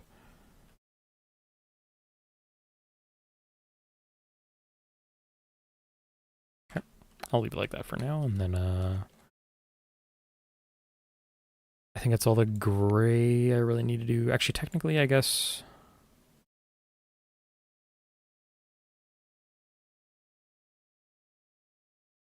I'm going to draw some here, but I'm not going to do it kind of like how it's done there because we don't have it. You know what? I can make it work that way, I guess. So we're going to do lead in from the left.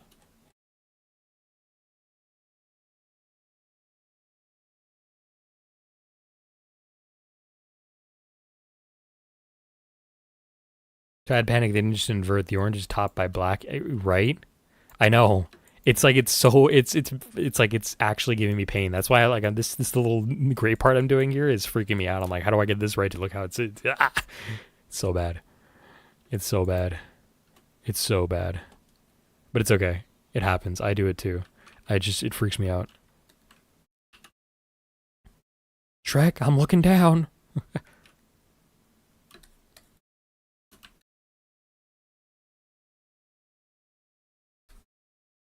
Neo says, Spark, blink 3 times in chat if I'm pretty. How does one blink in chat? Is there a blinking emote, actually? I wonder if there is. I bet somebody's got one. Oh, you know what? We do have Blanc. Do I have Blanc? I don't know if I have Blanc. It's fine. I'm not going to bother looking right now.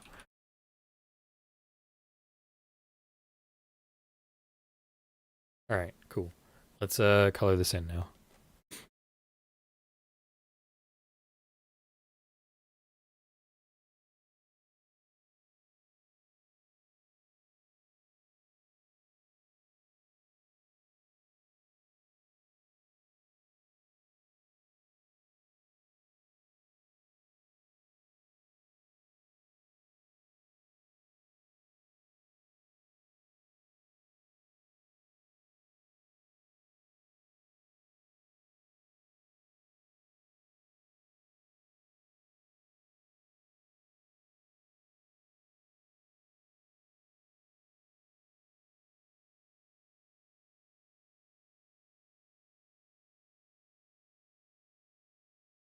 Oh yeah, no worries. I understand. Oh wait, looking at it more, I think the intention is that each lane is orange then black or black then orange. Oh. White topped by orange. Could be true, actually. Too bad I am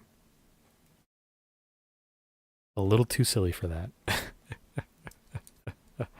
Nice. Spark got blinking emotes. Hell yeah.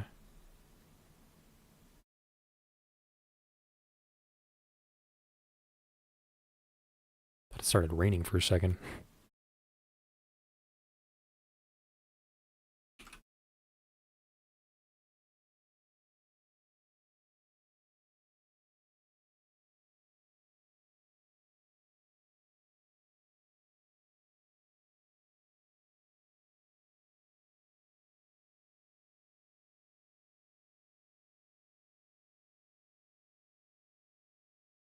It's like I knew I was missing one. I was like, where am I missing the last one?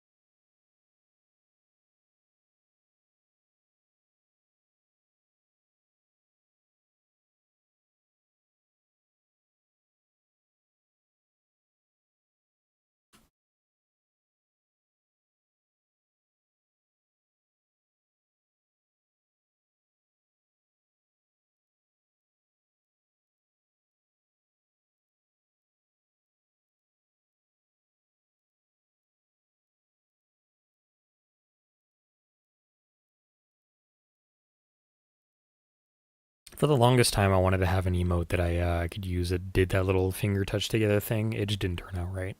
I think I need to refix. Maybe I need to revisit that to get us all an emote of that.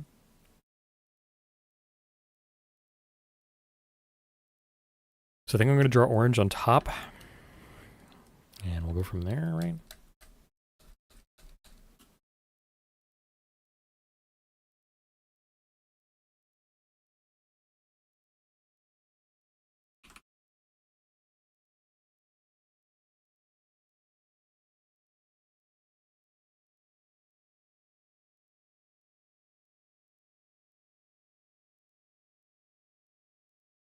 By the way, Nia, I wanted to know if you were, this is just random curiosity, but were you going to pick up Halo Combat or Campaign Evolved for the PS5?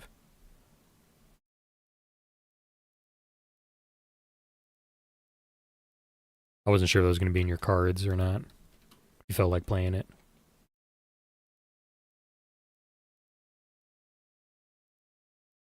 How did I do it? Left side has it going up. Right side is down.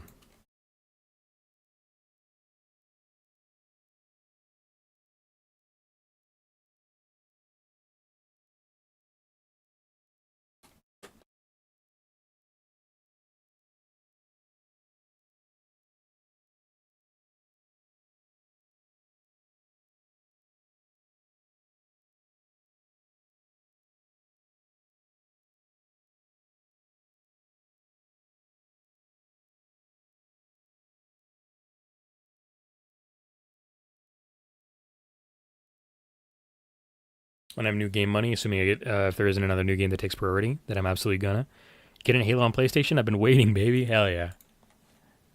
That's kind of what I was thinking. I couldn't remember if you said something about it though. That's why I was asking. So cool. I'm gonna give it some review time, and then I might pick it up myself.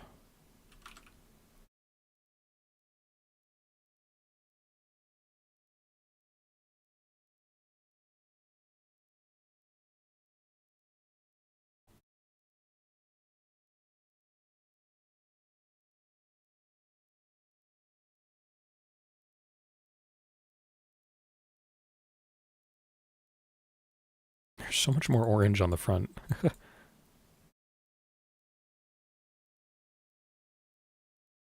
How did I forget that, Neo? I don't know how. I hope for new terminals. That'd be cool. I haven't actually done any of the anniversary terminals. I probably should.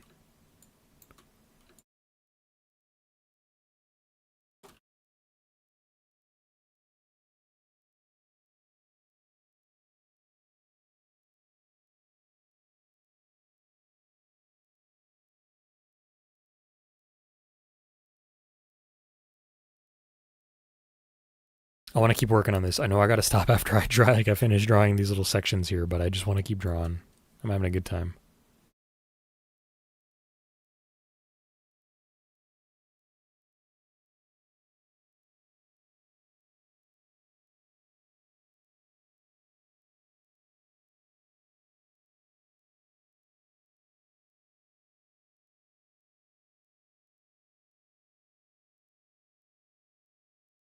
So it's fair, gotcha. Yeah, very fair.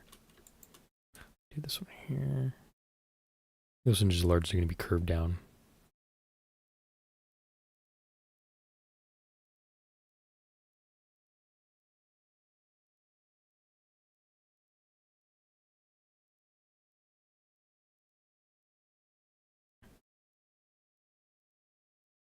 I had a feeling that was going to happen. Alright, I gotta do this by hand. Gotta stop taking shortcuts.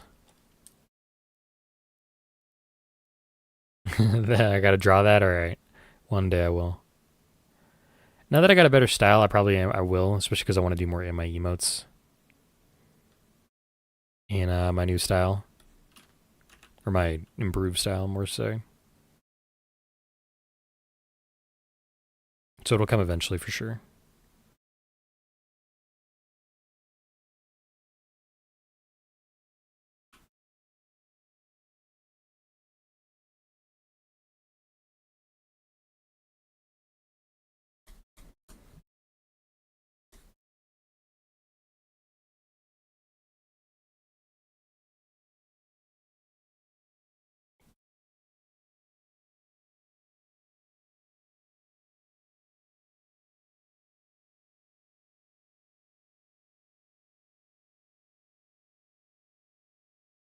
I do know what the core protocol is, yeah.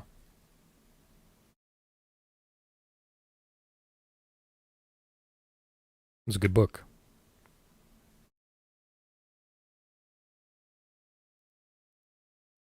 I don't think I know the entire, like, I can't remember if core protocol is just one, because Keys specifically says I'm initiating core protocol alpha, I believe, or like some set of string numbers afterwards, if I'm not mistaken, too. So I never remember if it's just one order that comes with core protocol or not. But I'm familiar with how core protocol will completely obliterate all information to avoid covenant capture of any information.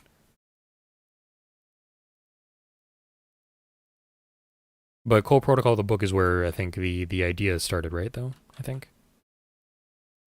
can't remember. They'd have many orders that serve the same effect. Okay, cool. And I should be familiar with it.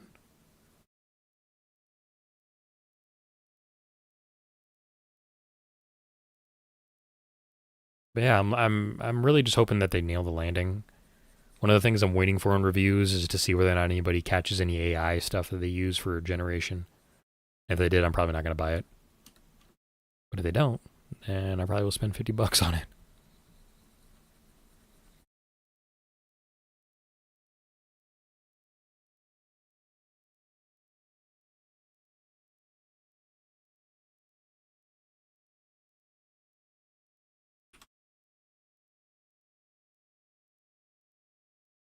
Right, I gotta get the greening of our leaf here.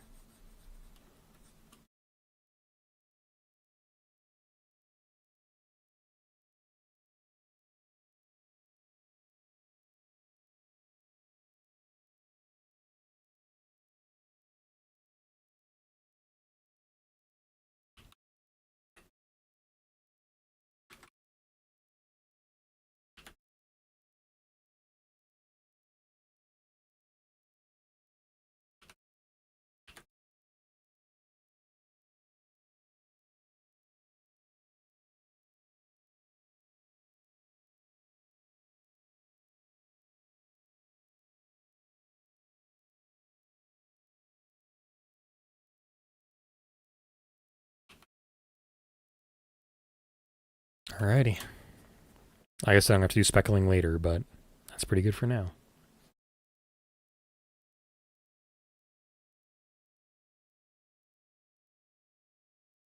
Human navigator's mind? Interesting.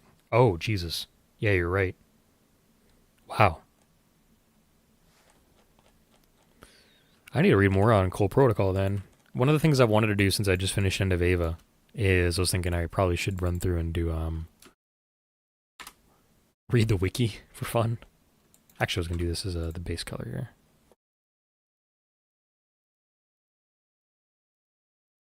But yeah, maybe we need to go read some more Halo lore.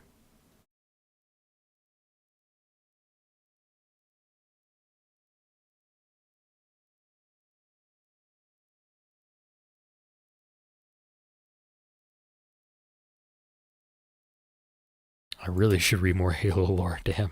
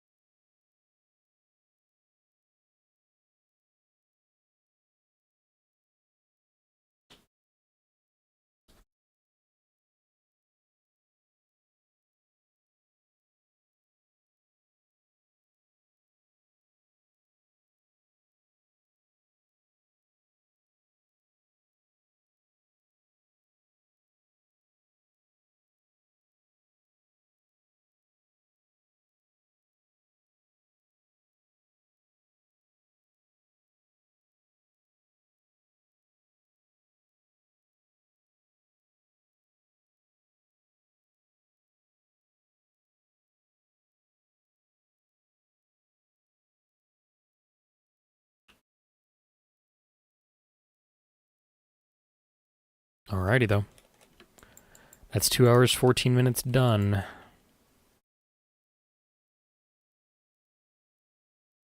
And colors are done for our characters, kind of. Not really. Still need to do more. But for now, I'm at the very least going to take a break and rest for a little bit, so that's where stream's going to end today. Tomorrow, I'm hoping to do 4 hours if I can. But if I feel bad, I probably won't, but I should be fine hopefully tomorrow. We'll see. Never know how health's going to be, though. But I want to appreciate you guys. Thank you guys for being here.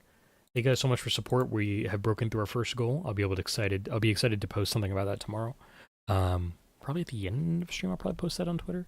It'd be awesome. I'm excited for it. And we're gonna go say hello to I think a Coveney right now who's playing more Lingo 2. I think they're doing extra ending stuff, I believe. What? Streamers aren't allowed to rest as group.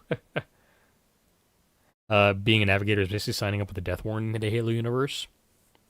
And if you can't read stars well when being pursued, because you can't risk ship data being captured, you delete data at the dawn of contact. The souls of all aboard your ship. Damn.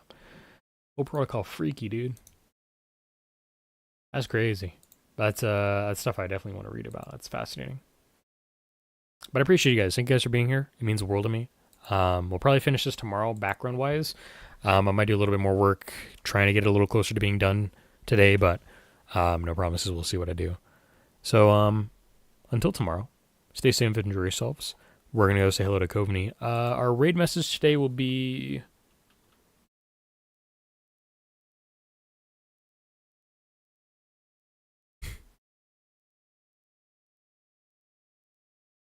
I don't know. Let's do...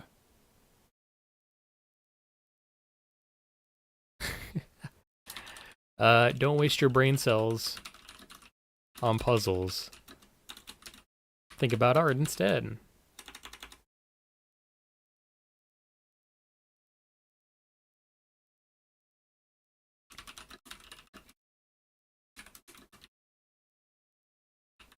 Sure, why not? Well, that's what'll be our raid message today.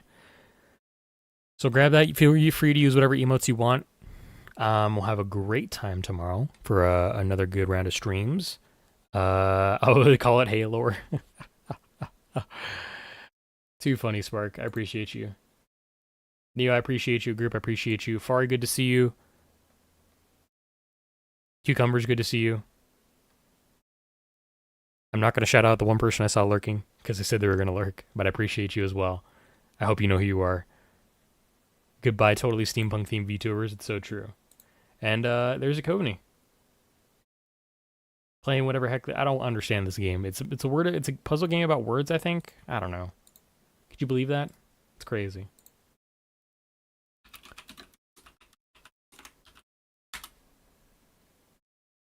Alrighty. So I'll see you guys over at Akovni's channel. Stay safe. Have a great rest of your Thursday. I'll catch you guys tomorrow. And I'll see you guys next week for more Rainbows in July. So until next time, stay safe, enjoy yourselves, be kind on the raid, and as always, it's never goodbye. Just see you all later.